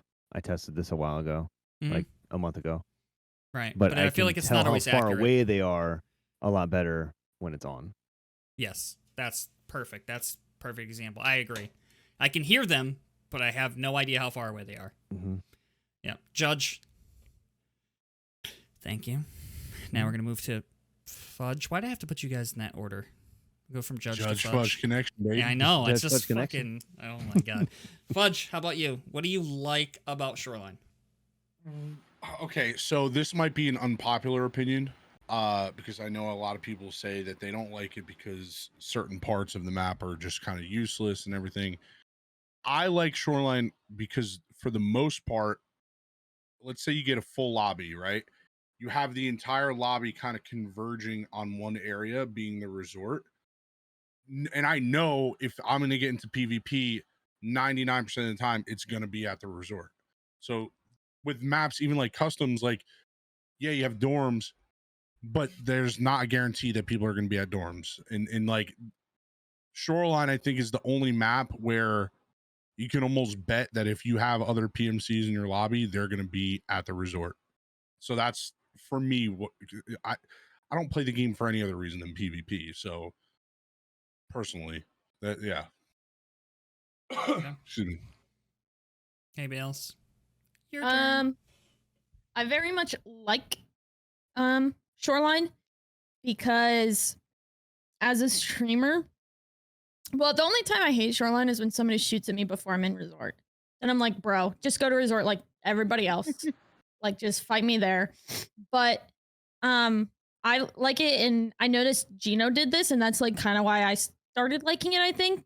Because before I hated it because of the running. I was just about to say you hated it. I hated it because of the running. But like as a streamer, I get to talk to chat for 2 minutes while I run into resort, and then it's like game time. And then when I'm running out, I get to talk. I turn on my music and I'm talking to chat again. Because I'm like at the end of the raid, I'm confident. I mean, yes, sometimes it fucks me, but like I'm confident that nobody's gonna be out questing or whatever. But I also like the fact that there is good loot in resort. So then it makes PvP much like part of the reason I love Tarkov is the risk reward. And I feel like sometimes the maps with not as good of loot, like I don't get the adrenaline feeling because if I die, it's like, okay, I have a million other kits and money and rubles and I can just buy it again. But if I have the loot that I could like theoretically sell or like it would be a good end of raid little clip kind of a thing, it gives me more of that risk factor that I like. And like Gina was saying, all the outplays you can do, the drop downs, the jumps, the nade pushes and angles and stuff of resort. I love that. I think a really good arena map would literally be just resort like inside the fence kind of a thing. Like a TDM map or something like that. Because I love that. Mm-hmm. But yeah, I mean, I just buy stims and sprint, so it's boring, but eh. I thought that about dorms on customs. Like imagine Same. like an arena map with 3 and 2 story dorms. Yeah, I would be fine with that too. I always wanted Pestilly to do a what is this tournament called? Punisher in the fences of Shoreline in resort, like in that. Okay. That would be area. so much fun. That or It would be dorms, like great. Fuzzy said, that'd be fantastic. Yeah. If they had that for like the arena and stuff, with fixed audio, like Judge said it, the audio's super annoying. It gets me, but then I get people with it, and it's like karma balances itself out kind of a thing. Right. But once you figure it out, annoying. it's not hard to. If you hear someone running fast a certain way, and then all of a sudden you don't hear him again, you're like, oh, he's going up or he's going down, or it's like you know not to sit next to the stairs because you're gonna get no audio. Like if you just know that and play around it, it makes it a lot better. definitely experience is king as always in Tarkov. It makes desync very noticeable though because I'll die in a room a lot. Mm-hmm. Yeah, I feel that. Yeah. I like resort, and I think it's very cool that obviously this same issues everybody else has, the sound issues, but I do like the fact that, and I'm not good at labs because I've been learning it slowly, and you know, I've either had to learn on my own or I try to play with Fudge, and Fudge is just too fast. His W key gets stuck, and I'm like, where did you go? And he's like, I'm here. And I'm like, yeah, I've looted all of West that? already. Yeah. You know, but like with Shoreline, you know, I like the fact that there's like the stairwell plays and stuff that you can do, like you said. Like, you know, when you're closer to the crossover breezeway, like you can run those 2 stairs by like 301 and then the one towards the middle and outplay somebody. I like the outplay ability. You can kind of do that some places in labs where you can run one down one stairway in one of the corners and then come run down on the first floor and then come back up and shoot them in the back. Like I like those kind of like outplays that exist on the map where you can use like your map knowledge to give you an advantage. For me, again, we'll go back to the like my reaction time isn't what it was when I was 24. So I like to use tactics to give me an advantage, like running around a stairwell or dropping through one of the holes in, you know, the floor when somebody's not expecting it can give me an advantage of PvP. So I like resort for that. I think it's super cool. Things that I don't like is the fact that there's like 3 spawns that have a ridiculously good advantage of getting to resort. And perfect example, Fuzzy, Fudge, and I tried to do Shoreline today, and we kept getting the blue fence spawn or the road to custom spawn, and we showed up so late, somebody was sitting on 2-story shooting us as we tried to run into resort. And that's like my biggest problem, that the map... That's like the first problem is like if you want to run a resort PvP everybody doesn't have the same. Everybody's not getting there at the same time. Imagine if everybody got there at the same time, hit that outer fence at the same time, fought outside or went inside and fought, and everybody kind of arrived at the same time. I think that would make the map a lot better for everybody, a lot more enjoyable. Instead of like, I got the God spawn, I'm going to shoot the 2 other teams that got crap spawns. I'm going to shoot them from the safety of this window while they're outside. And on top of that, like, there's no cover running into resort. Like, So hear there's me very out. little. You're very vulnerable, yeah. The only way to actually truly make it that way is to have the spawns in resort. Well, so Evasion Trios, I think it was, had all the spawns like in a circle Equidistance. around resort. Yeah. Yeah. And that was great. But they were all I the same love skill that. level. Yeah. So much But better I- than all- Invasion Trios. that- So you're died still way gonna get too there much. late if you're a newbie. Like if you're Well, level yeah, 1 but going that's against the just Chad. that's the advantage of playing more and leveling up your skills. I That's- agree, but that's taken away. People are getting there later than others, so you're hate still to be that- running But into the it's- same problem. Well, but I mean, that's always. I think that's always going to happen. I mean, but like, if Not I as die to drastic. somebody that's played just as much as me because I got the unlucky spawn, that's like it's like It'd so. If still you're be low better when level, it it's is a now. double I agree. disadvantage. Yeah, it would be.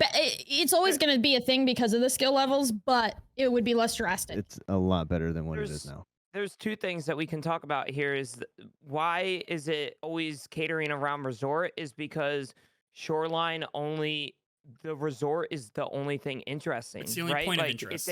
It's the only point of interest, exactly. But other maps are exactly like you said, Dad Life. There are spawns that are like dorm spawns on customs, right? Right. There's spawns that are nowhere near dorms and they have to work their way across the map. But the reason that makes it different is because there's points of interest on Right. customs besides dorms. So I Right. think that Shoreline can be fixed by adding more points of interest. And I don't think it's really a spawn issue, so to speak. But then know? resort's going to get more boring. Well, I mean, Right. I wouldn't say that because dorms never got more boring for me when the expansion came out. It just added more stuff to the map, like Crack House. It's dead as fuck. Dorms is dead. Dorms Yeah, is well, dead. dorms is dead, but I still think it's enjoyable to go to. Like, I don't think it's boring. Well, to go yeah, to the because dorm. you open the mark room and then hit the safe rooms and then you leave. Yeah, and then I go Open across mark the room and stronghold. get a I guess fucking you are. You yeah. kill the one other guy that comes to do Yeah. that, and then that gets the Yeah, good spawn, yeah. and then you go to the second story and loot the safes, and then you leave. I I mean, just every once almost in a while you have a wished. third party, but I know it's not, and it's not possible. I just wish it was like 2 separate maps, resort, and then like the areas around, and then like maybe in the open world, it's like you go into a new area. I don't know.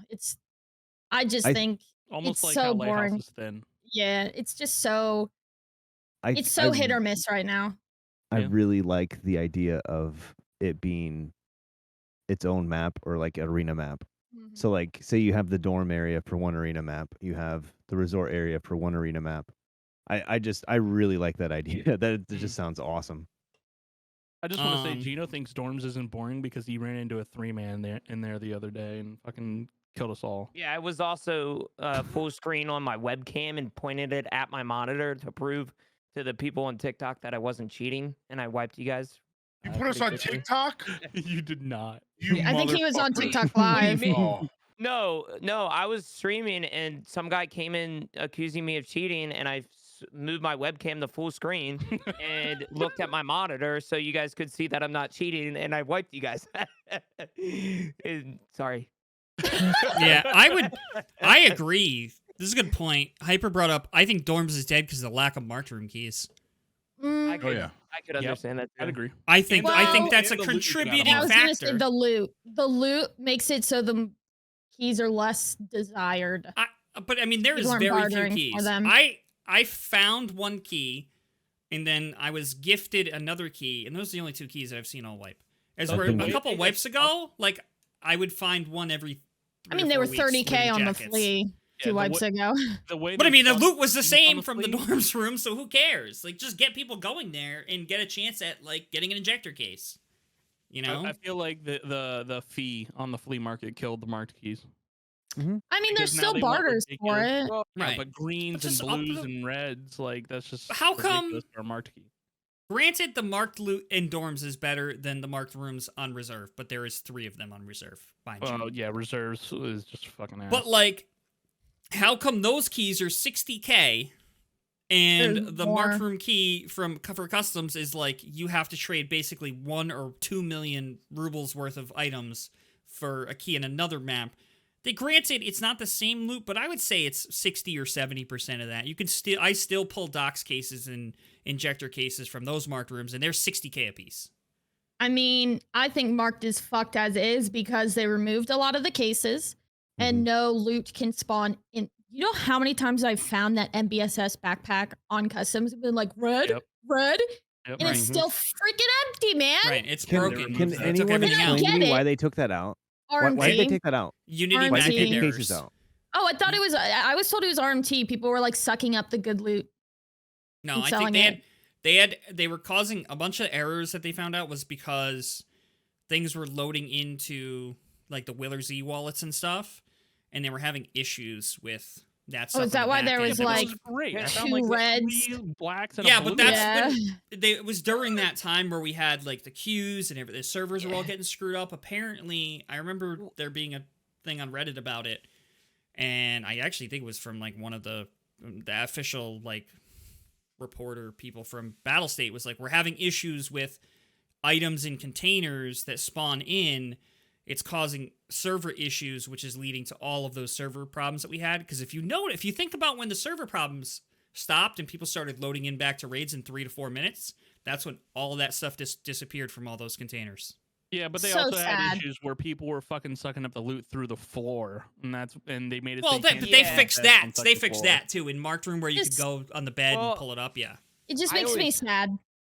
Well, I mean, I also believe that they did that at the beginning of wipe, so like the longevity of the wipe, because like when you were Timmy, a few wipes ago, and you would get one of those key cards, you were kind of set for the wipe. Like you had a key card, you could sell it on the market, you get a bunch of money, and you're set for the wipe. I feel like they took that away. Like Dad Life's, if he saw that, I didn't see that, so it's one of those things where that could have happened. But I also thought Battle State was kind of trying to increase the longevity of taking out that loot, and I feel like Battle State has realized that it's going to be so much like they're gonna add the loot back into the cases and stuff after updates and shit and patches, and it's just gonna cause a whole bunch of other errors, and they just don't want Right. to fuck with it. Right. I'm being told Nikita said in an interview with Veritas that it was a bug, that too much. Like thought they I didn't thought I mean. saw that too. That's what I Right. Yeah, heard. they didn't mean for 2 black cards to spawn in a wallet kind of a thing. Right. But So, Battle but State to, doesn't wanna but fix to the fix bug. it, they just took it all out instead of like it's fixing just it the so right way. depressing. Like customs is like the loot makes this game so much more like it's a looter shooter, and I know PvP is a huge aspect, but if you have no good loot, then like the risk is gone, and it's just so sad and Right, depressing. like what we talked Well, about before, like in that killing. case- When you kill players and you leave with their loot, did you really make any money? Do you feel accomplished? Like, well, Exactly. I have another kit, but did I get like, I got the satisfaction of killing somebody and I get their kit, and I'm like a perfect example of this because I don't necessarily go and farm rubles that often, but there's days where I will be like, yo, I farmed like 12 kits today in a couple hours. This is great. I got kits for my next few days, but then I look at my ruble count and I'm like, that actually went down because of all the ammo it took me to kill those 12 guys and get those 12 kits. And granted, I can vendor those 12 kits, but it's like, do I pick out the kits or do I leave that shit on the ground, which I also don't want to do, and then take the chance of maybe finding loot somewhere and then not finding it? It's kind of like this weird scale that I feel like sometimes I don't feel like I accomplished anything after playing Tarkov for 3 or 4 hours. I'm like, yeah, I made some progress, but I'm not happy about it. I didn't like log off and be like, man, dude, finding. That's what makes Tarkov great, though. Is Yeah. the not failing, or is the failing in Tarkov is what makes it great. Right. Because if But you I don't fail, then the wins don't feel good. Right. But it's tough because I don't feel like I have. If I need to make money, I know how to make it, and I can make it. Right. Like I did Linskull's tourney last weekend, and I farmed a bunch of rubles in a few days, but I had to like get in the mindset of like, all right, I'm gonna grind rubles, and like you said earlier, Judge, like I'm gonna let that guy run by me. I'm going to hide in the bush, let that thick boy run by me because I want to go loot these things where I'm going to go find rubles.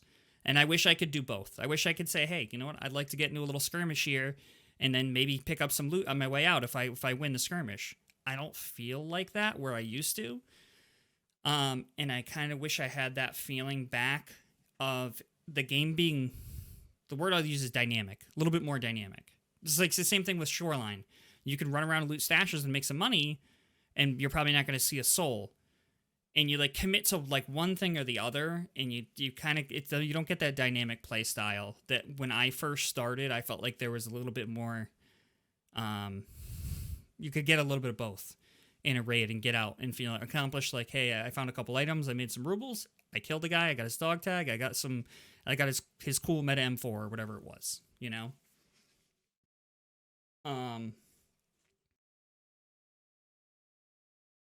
So, what do you guys think? Shoreline. There's two things that I noted: loot balance, map balance. What are your suggestions that you think you would like to see on Shoreline that you think might improve the map? More PMCs and raids. Double the count.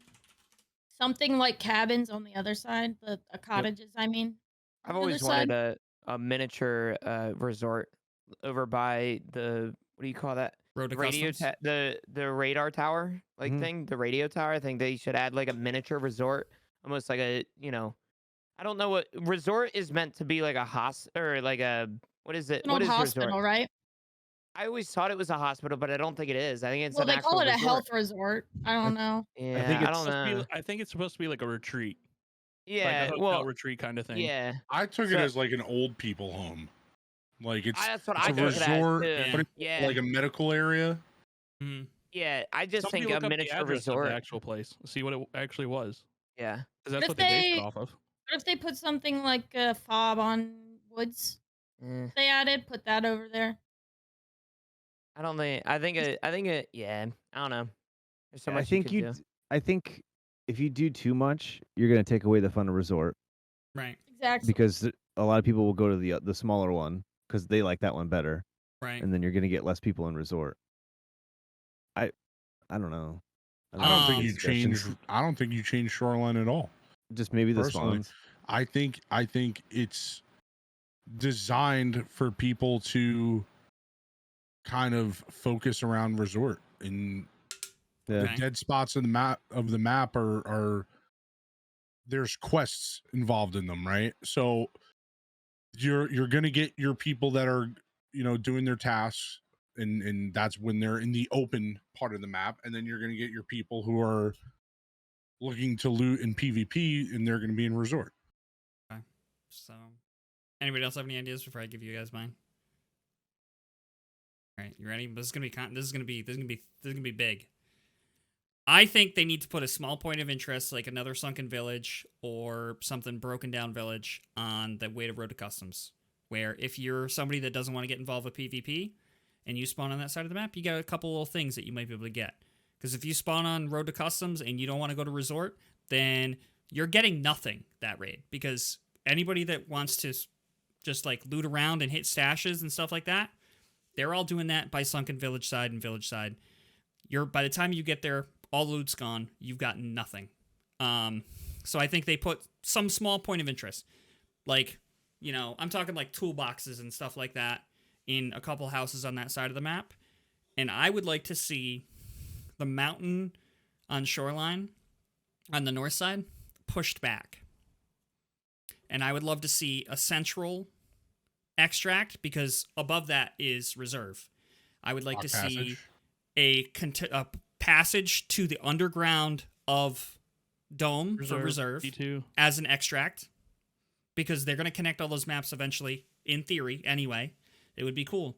Yeah, and you have to like either pay for it, or you have to have a key, like factory key, where maybe you're in resort, you turn on the power, it turns on the gate that you can go to the tunnel to reserve. And then those northern spawn points are able to get pushed back a little bit. It takes people a little bit longer to get to reserve. So if you spawn on the south side of the map, you're not getting there 30, 40 seconds after the people that went on the north side, or even more. Because, like, people are stimming, right? which you can stim on both sides. We're not going to talk about that balance. But if you want to get there remotely at any time close to the people that spawn on those northern spawns, you have to pop a crap ton of stims if you spawn down by like Blue Fence or in the corner by, that corner Road to Customs or Ruav, whatever you want to call it, to get there, and you're still late. So if they extended the north side of the map a little bit, moved those spawns a little further north, I think that it would continue the reserve or the resort PvP aspect. The people that wanted to go to resort would still be able to get there, but they'd be getting there at a closer time. And then Rock Passage, do I miss it? Maybe a little bit. But then, like, don't make the Road to Lighthouse or Path to Lighthouse a guaranteed extract no matter where you spawn on the map, and put one that you need either a paracord for to climb up to reserve, or put like a tunnel in there that goes into the inner tunnel network, in theory, of reserve, and that's an extract. Though that's my idea to fix a little bit of the map balance. I think Red Rebel and Paracord extracts need to be on damn near every map. I don't understand why it's not Rock Passage, because it's the other side is literally reserves. Right? It Yeah. just doesn't. Right. I don't Does get not compute. it. Right. A lot of things don't Think they compute. keep the middle Rock Passage mountain right there, Mhm. but then on the left side and right side they push the map up a little bit, a little further north, and you spawn either on the right or left side of the mountain, run through it, and then when you go back up, say, like you said, you take your Red Rebel, and you can climb the mountain, and then that's how you get out. As long as they don't make it in an underground like D2 on reserve, like it's literally just a tunnel for getting through the mountain. Right, you I'd get be to the okay with entrance of that. the tunnel, and then you just leave. I Like, just it's a think, door. yeah, I don't want another D2 situation personally. Right, exactly. That's my thoughts on kind of balancing the map a little bit and throwing a little bit of expansion in. I personally like the PMC, adding more PMCs. I think So- that Yeah. would get more I think that interesting as would be. well. Yeah, I think that would. I think that's good on almost every map though. Yeah, Sure. I agree. Mm. Double it everywhere. Except maybe factory. Mhm. Yes. Add like 2 or 3 to factory. We're at 6. Yeah, add 2 or 3.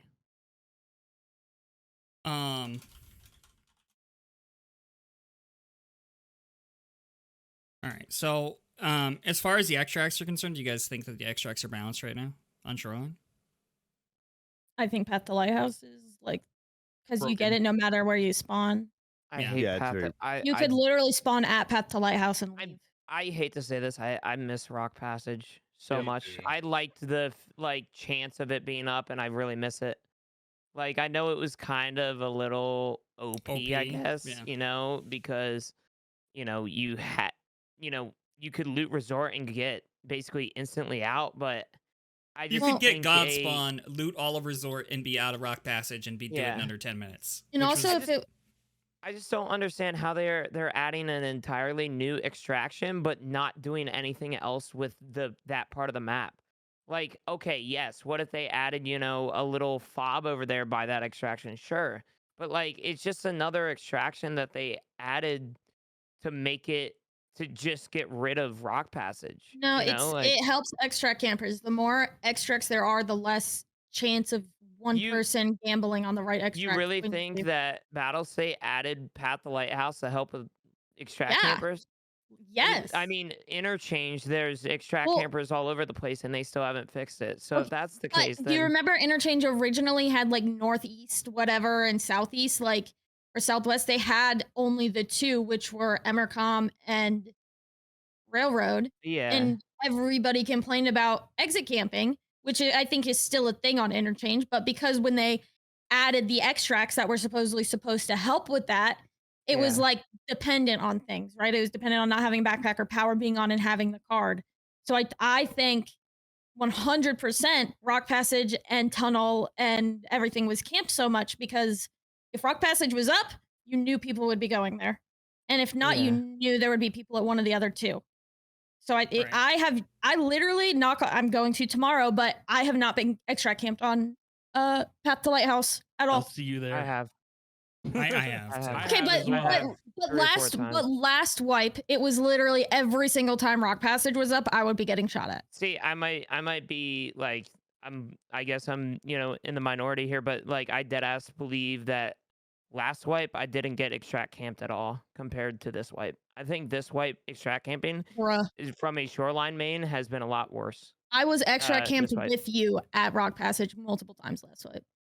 I do not Yeah. remember that at all. But I've had a lot of people lost laying in the wheat really fields bad, going up to you know. Path to Lighthouse. Fuzzy? I've had a lot of people laying in the wheat fields going up the Path to Lighthouse. Mhm. Yeah, I mean, it's Oh, where there's the scavs still, are? Oh yeah. I mean, Well, but even a little bit further past that. I agree with Hay Bales. If they added it, the more extracts that they add, the less your chance of you're finding an extract camper. You know, but the same thing is like, if they add 1 million extracts, people are gonna be all over the place. Are you gonna run into the PvP that you're looking for? It's how many really times it's a do you weird guys? balance. How many times do you guys run into a fight heading to extract when someone else is heading to the same extract? Mm. That happens to me Very quite a rare. bit. Mhm. For That me. happens to me quite a bit. Where I'm running to extract and someone's running from the other direction to the extract, and it's like you have a battle right at extract. Right. I mean, especially on Shoreline, I've ran Yeah. into it multiple times. Yeah. But that's what I like about having smaller amount of extracts. But I also like having more because then you don't guys have the guys Yeah. just sitting there in a Right. bush just waiting for you to come the Right. whole raid. You know Yeah, what I mean? And the question is what's the proper number of extracts where you kind of get the balance of both, and I Mhm. think that's a tough thing to balance. I think don't think there is custom- a happy medium. I think right now. customs is great. Yeah. Customs is fantastic. I think customs Yeah. has the best variety and number of extracts. Like ZB11, like used to get extract camps sometimes in the tree or the bush by the stash, but I'm not gonna Not really. lie. How many people have exited Trailer Park? Sorry to cut you off. Trailer Park or Crossroads. Now that Ruaf is actually Oh. open 100% of the time. When Ruoff is open 100% of the time, I have never gone to Trailer Yeah. Park unless I was doing a task, like helping someone with a task Right. And that also, needed to do the stuff over there. That you know what I mean? Or Right, but I mean that I feel like that was a great change adding room. Yeah, I do. I'm fine with I that. agree. I agree. I think that was a needed change that made the map feel way more balanced. And also, how many people Um, have extracted at Tunnel in Shoreline now that Path to Lighthouse is open? only if I had a depends. daily. Exactly. I hate to be like Or if that I'm playing guy, with Gino. but you guys are like who has extracted from Trailer Park, and you guys are all like, oh, I haven't done that. I have, and I know Ruoff is up, but I if do I'm when on I'm on my the- scab, that and that's my side of the only extract. map, right? Like if I'm over on the side where the boat is and it's not up, And you don't get I'll go both, then to you go Crossroads. yeah, I go Crossroads, right? Like, I just run underneath the I do bridge sometimes. and go right across. and then you Yeah, I do guys. too. And then I think Fuzzy just said who extracts at Tunnel. I mean, I've extracted from Tunnel a few times now, I because think my route from Resort is sometimes if I don't get PvP in Resort, I'll go down towards the houses and see if I can find Sandy or some players, and then I go Tunnel. Yeah, I was genuinely curious because I Yeah. haven't extracted Tunnel once this wipe. Yeah. Yeah. when I've noticed some with Gino, we've played a lot together. He like the second time early wipe we died to those scavs on the way to Path to Lighthouse. He literally said like I'm never leaving here again. And now whenever I'm playing with him and we got that, we had like he's always like, let's just go tunnel. It'll be fine. Okay. Can we just talk about those scavs? Do you guys know what we're talking about on the way to Path to Lighthouse? By the There's those rock. by the two bushes boxes? and those Scavs? rocks, and they The most hide in dangerous bushes scavs and in the game? beam you through 'em? Yeah. I don't They're go like- there. I don't go there because of those fucking scavs. Okay. Yeah, I we don't need go to- there. We Listen, need They Dad fair. camp in It's the, fair. they camp in the bushes. Dad Yeah. life, we need you to take care of the grass in there. Listen, Please. Yeah, mow I'll that get down. the- get the- though. As Oh, soon they as are. Hiding out as of soon those as Nikita boxes. puts the Dad Life Edition lawn tractor in there, I'll suit it up and get in there. That'd be my streamer right He on. got his Deer white mustache. balances on. Yeah, I've got my New Balances on, my brush Yeah, cutter, right. just going in. He's gonna Hey, be what are you standing doing? there. Just waving doing to some us. Hands on. doing Just some looking brush at him. maintenance over here. My name's Dad Life. You can pay me via Bitcoins. Thank you very much. Have a good day. I think you need to make that a Um, series, just running into people over there in that high brush and being like, "Hey, I'm Dad Life, just mowing the lawn." Like that Yeah. only guy. Have your That's machete out hilarious. and just swinging it. Yeah, exactly. Somebody mentioned like they'd love to see. I saw on Twitter somebody was like, or was it Valve? Some like if they added more melee weapons, they're just gonna add like a big old scythe on there, and I'll be over there on my way to Path to Lighthouse, knocking down the tall Imagine grass. if that was a thing though. Like you could actually cut down trees and stuff in the I think environment. destructible objects would be Yeah. awesome in Tarkov. Well, the Yeah, wall which they said they're going to eventually, add right? in Yeah. streets, In right? streets, the wall you can break and stuff like that. Somebody brought this up in chat, and I kind of like this idea. What if you had a flare gun? There's ones for calling in loot crates. What if there was one to call in an emergency evac? It's like a rare item, or it costs you a lot That of would- money, but you could like That would be like emergency cycle, evac. no? Like the cycle. As long as it doesn't take an hour like it does in the cycle to get Mhm. into the thing. Yeah. Like as soon as you get Yeah. in the thing, it leaves. You know, like Because why do we everybody's have to gonna wait know an where you hour? are. Yeah, Right. everybody's Like a gonna 30 know where second, you are. like so- pop it up and then you get like 30 seconds or something, and then boom, Yeah. you're gone. I think that could be cool. pretty Like you cool. run under the roof of a resort and pop your thing, and you're like laying there, and then 30 seconds later you're gone. That would be cool. That Could would be cool. It would have to be Um, rare though, and expensive. Like Yeah, it would have to be rare and Yeah. expensive. Like you could loot it off like killing Sanitar or something like that. Like that would be 300-400. cool. Okay. If you get to a cool, if you Maybe kill maybe the that's traders, if you kill the traders at Lighthouse or something, you wipe the rogues, you get access to the trader, whatever it is, then you get this option to emergency evac. That would Yeah. be And the cool. If you helicopter can- comes down on the helicopter pad. if you complete, Yeah. if you That'd be kill sick. something that's difficult or do something that's more difficult, you have the option to get it and do it. Or that the would pilot be super just comes cool. walking out and just goes in Yeah. there and turns it on. You get in with them, you know? That would Yeah. be super That'd be cool. tight. That'd be really That tight. would on Lighthouse. That'd be sick. Like you clear all the bosses, and then all of a sudden, like you enact another extract. It's helipad extract, and you go there, and there's just like a pilot waiting there for you. And then 30 seconds later, or 20 seconds later, you can get out of there.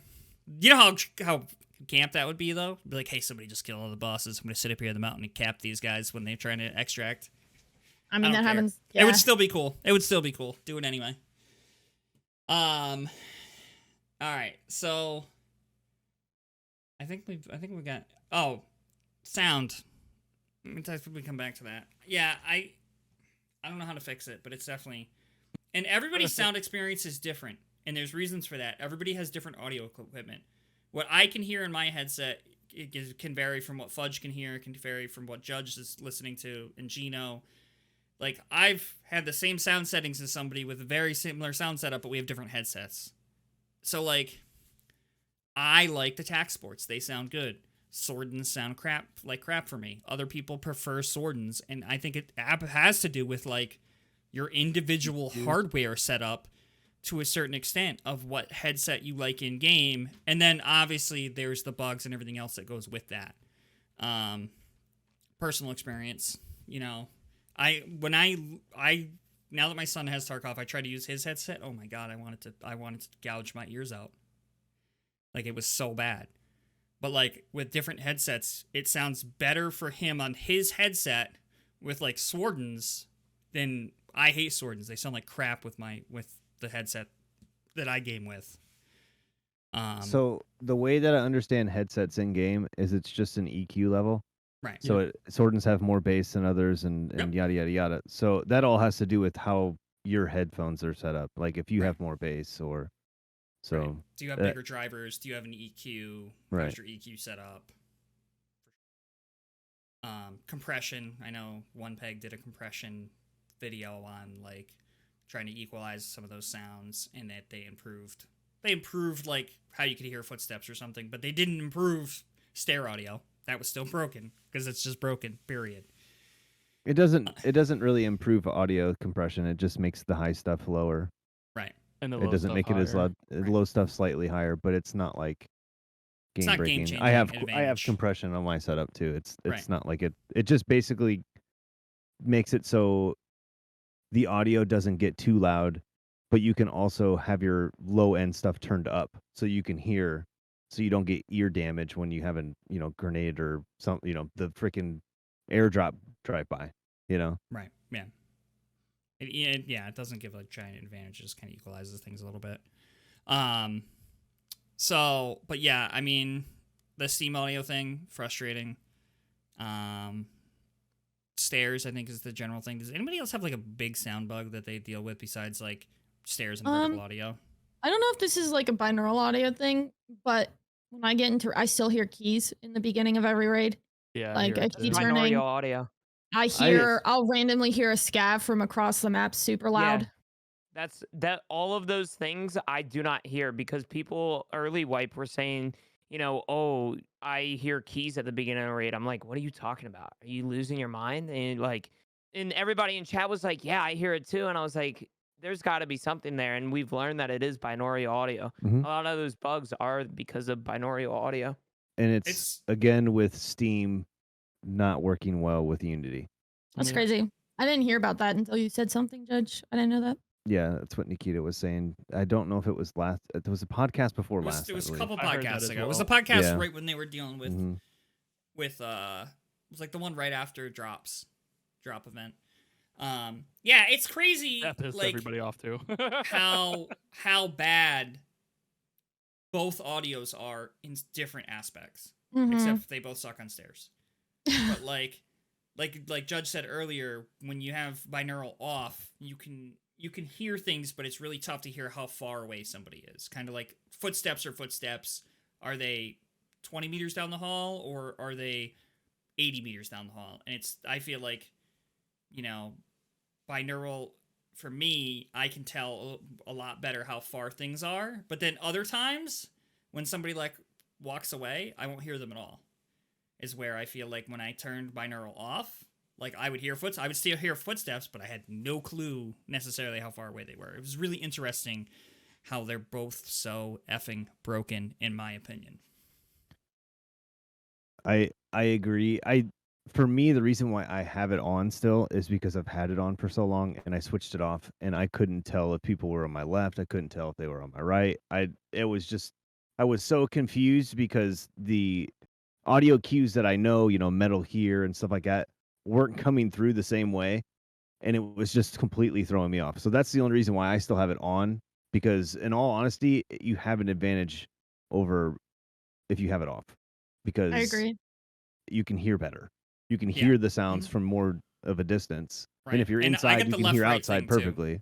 When I had it off, if I was running with somebody, sometimes if there'd be a certain place, like if they were running alongside me and they were like right behind my back left, like maybe a half step behind me, sometimes it would sound like they were on my right, Mhm. and they'd be on my left and vice versa. And that's fine when you're running with somebody and you're kind of like, where are you? Oh, you're there. It sucks when it's an enemy and they're like right around the corner from you and you think they're on the right corner and they were on the left. Right. Again, though, if you'd only been playing on that, you would know which one's which. Right. Because it is pretty consistent, I believe. Yeah. Mm-hmm. You would adapt, I think. Right. Yeah, you're right. Oh my god. All right, so I mean that's pretty much anything we want to talk about. Anything for any chat? Do you guys have any questions for anybody on this esteemed panel of podcast guests?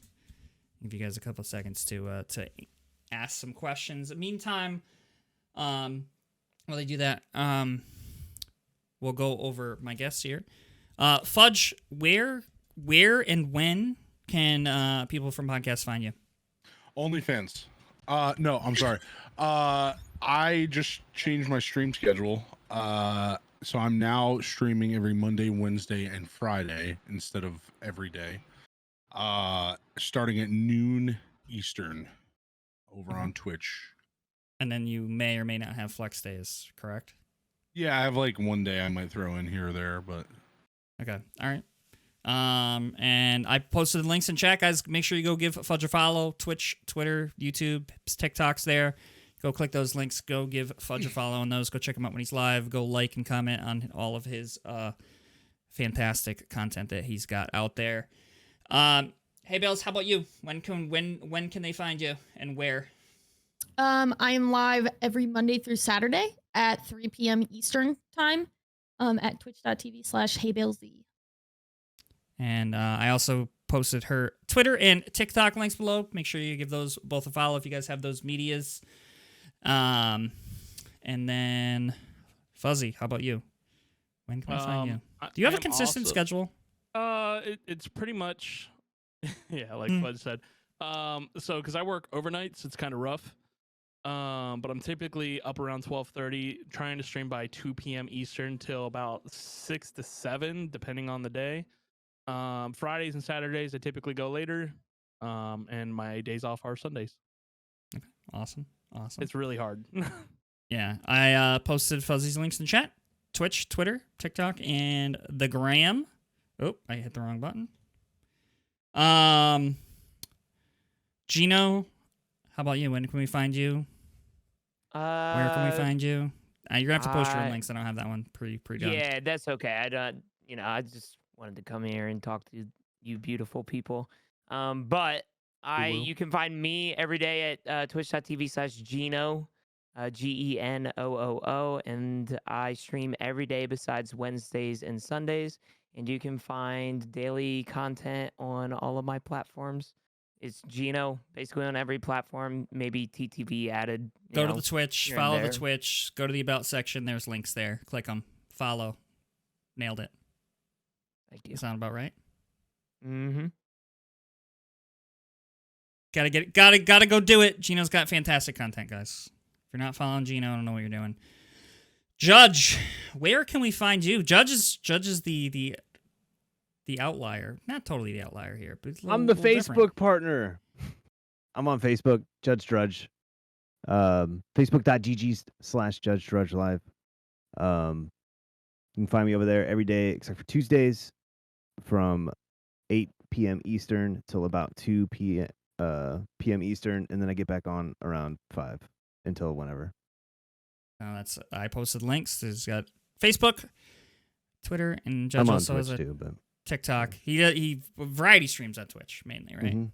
Variety streams on Twitch and Tarkov streams on Facebook, correct? Pretty much. Awesome.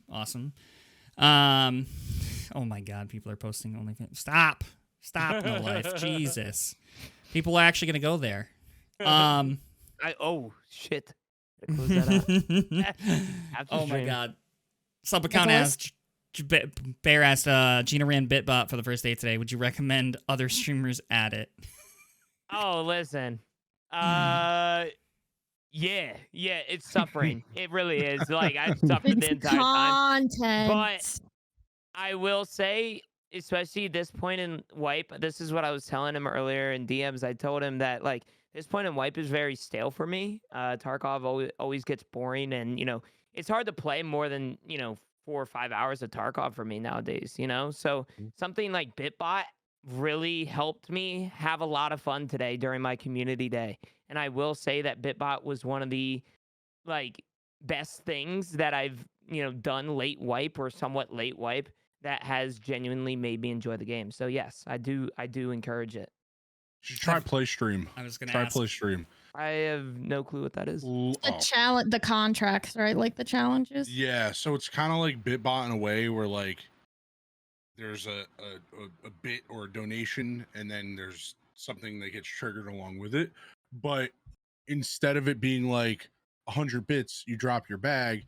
People donate. There's a minimum amount that you put, and then they could go higher if they want, but there's at least the minimum amount, and it gives you a challenge, right? If you complete the challenge, you get to accept the donation. If you fail the challenge, it gets refunded. So it's yeah, I like it a lot. I tried it for the first time. It's like shotgun run dorms or something like that. Yeah, and then if you're playing with a team, it'll be compliment your teammate, and then if you're no, fuck that guy, you just refund the donation. Yeah. It's actually pretty cool. Yeah, it's a lot of fun. I enjoy it a lot. That's really cool. That is pretty interesting. I didn't see any real big questions. I just saw a lot of banter in the chat. All right. So, if anybody wants to know, obviously you guys are, if you're here on my channel, please give me a follow. If you're not already following me, I also have my socials up: Instagram, Twitter, TikTok, YouTube. I have a hover as well. I will be trying to get this. If you came in halfway through and you want to catch the beginning of the podcast, I will be getting that up on YouTube. Moongun, you have a question? Feel free. Throw that question right out there for me. And people want to know about the cube. Judge. What's up? They want to know about the cube. The cube? Your cube, the light cube. Behind you. RGB cube I out of ordered my it mind. 2 years ago, and I got it a month ago. And I wow. forgot that I ordered it, and I thought someone sent it to me. So I don't know where I ordered it from, and I don't remember anything about it. Does it do anything other than light up? It's supposed to have a phone app where you can essentially make it go to music and do all sorts of stuff. But the app doesn't. It's not on the store anymore. Nice. Yeah. So it was like one of those. I'm thinking it was one of those like scam sites, but I don't know. I somehow got one because I never got my money back or something. I don't know. It came from China. That's all I know. Nice. Of course. Never mind. Yeah. Moon asks, "What's the best advice for hatchling to advanced this late in the wipe to be competitive or feel competitive?" Don't Oh. hatch it, run. Mm. Run your scav until you have No, enough money. I think he's using hatchling. Wait, Hatchling. You're right. Hatchling. yeah, I think he's using that as a form of Timmy. he's a noob. Yeah, Right. Timmy. he Best doesn't advice mean for hatch Timmy. it run, but I don't play the game. No, I'm just fucking with you. I would honestly like just find people you're comfortable with that make the game fun while also progressing. So find somebody like, an IRL friend or, maybe go into somebody's stream and try and, be a part of their community and see if you can, find some people to play with and just Right. make the game fun for yourself. Yeah. Because in all honesty, this late, I mean, it's not that late in wipe. I'd say it's probably mid wipe. But Mid-wipe, if yeah. you're near late wipe and you start the game, I would just learn everything that you can to help you for next wipe. Don't worry about progressing and getting Kappa like mid wipe, late wipe, in my opinion, because honestly, it's going to be very, very difficult for you to do so. Yeah. Exactly what he said. I think Also- joining a community, there's a lot of communities out there that have like really welcoming discords, Yeah. have people that are running raids, or Sherpa some programs. discords have Yeah. their own like, mentoring program where they can help new players and stuff like that. So there's definitely a ton of awesome communities. Tarkov community is really good about that. Like plenty of streamers out there, forums, etc., where there's people willing to help people learn heard the game for sure. I heard the Escape from Tarkov Discord is pretty good too, like the official one. I've heard Yeah, some good the official things about that. Discord. Yeah, I think you can get to a Sherpa. I think that's the best way to get to an official Sherpa is through their Discord. Mhm. There's some like emissaries and Sherpas that also stream as well, and that's another good way. Even if you're not running with them, a lot of those people show newer players tips when they go through, or just spending time in other content creators. I'm sure if you're in Geno's or Fudge's or anybody's here's chat and you say, hey, I'm a Timmy. When I'm on this map, what should I be focusing on? We can answer those questions as well. Mhm. So, get scavving to get rubles. Scavving offline mode if you don't know maps too. Offline mode is a great way to learn maps. Sit up, especially if you have multiple screens, or bring up a map on your phone and then play the game in offline and try to figure out where things are. It can also be helpful for you if you're a newer player. Somebody asked, when do we feel wipe is going to be? And I hate asking this question. I personally think it's not for a while. Like it's not even really At a thing. least 3 or 4 months. Yeah, it's gonna be a while. Not till I wouldn't expect to see it till July Thursday. or later. Mhm. Thursday. Wipe Thursday. Thursday. Guys, Thursday. it's soon. Thursday. Reset your Thursday. account now. Start going out with all your gear, please. Just reset your account now. Yeah. I swear the traders will be super low prices Yeah. soon, guys. Yeah. Come on. Yeah. Soon, TM. Hey, can we get a sheesh off with Gino real quick? Sheesh! I'm not even gonna try. He's been waiting for I'm that. not even gonna try. Like,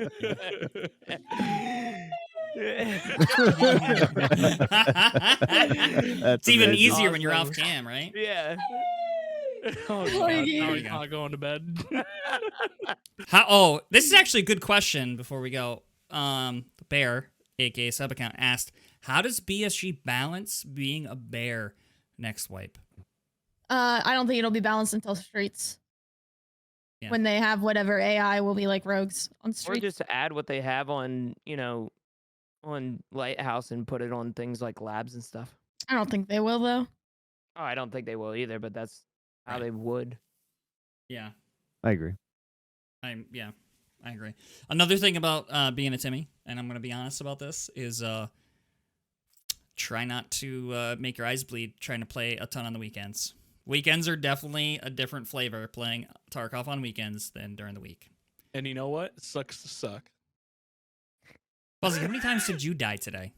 Quite a bit. Okay. Especially in that tourney yesterday. I don't want to talk about it. There's a lot of new tourneys in the Tarkov community. I will say that. I There is love a it. lot. I love it. So, all right. Guys, I am going to wrap up the podcast. I'm actually probably going to swap over and play a little bit of Tarkov for a little bit. So, if any of these esteemed guests would like to play with me I'll join. and carry me, feel free. If not, I appreciate each and every one of you being on. Again, we're going to be doing this podcast once a month. If you would like to come on again, let me know, and we can get you penciled in. I'd love to have all of you back. You're all fantastic. And we'll go from there. Hope everybody had a good time. And does anybody have anything they want to add before they leave? Yeah, one final thing about the airdrops. I hope Raiders spawn with the flare gun airdrops. They just parachute in like paratroopers? Yeah, bro. Fucking imagine like fucking bodies raining from the sky. Are they shooting you on the way down? No. Oh, then I don't like it. Fuck yourself. No, they're throwing grenades. It's different. All right. Guys, thanks everybody that came for the podcast. I'm going to be switching over. I'm going to be getting some raids in with whoever wants to hang out with me. Maybe just nobody. I'm just kidding. I'm kidding. I know you guys said you'd play. And the next podcast, by the way, I do actually have a date for it. Let me let you guys know, just so you can mark it on your calendars now. I believe it is May 7th, but let me double check. Just double checking so you guys know. Mark it on the calendar now. It will be May 7th. May 7th, 7 p.m. will be the next podcast. So mark it on your calendars now. And again, I will try to get the podcast up tomorrow for those of you who want to share it with a friend, or if you want to go back anything that you might have missed. I will probably be posting, I'll put that up on YouTube, and I will be posting a link to that on my Twitter. Again, guys, thanks everybody for hanging out. Hey guys, I hope you enjoyed that video. If you did, make sure to like the video as well as subscribe to the channel for future content. You can also catch me live at twitch.tv/dadlife on Tuesdays, Wednesdays, Fridays, Saturdays, and Sundays at 8 p.m. Eastern Time.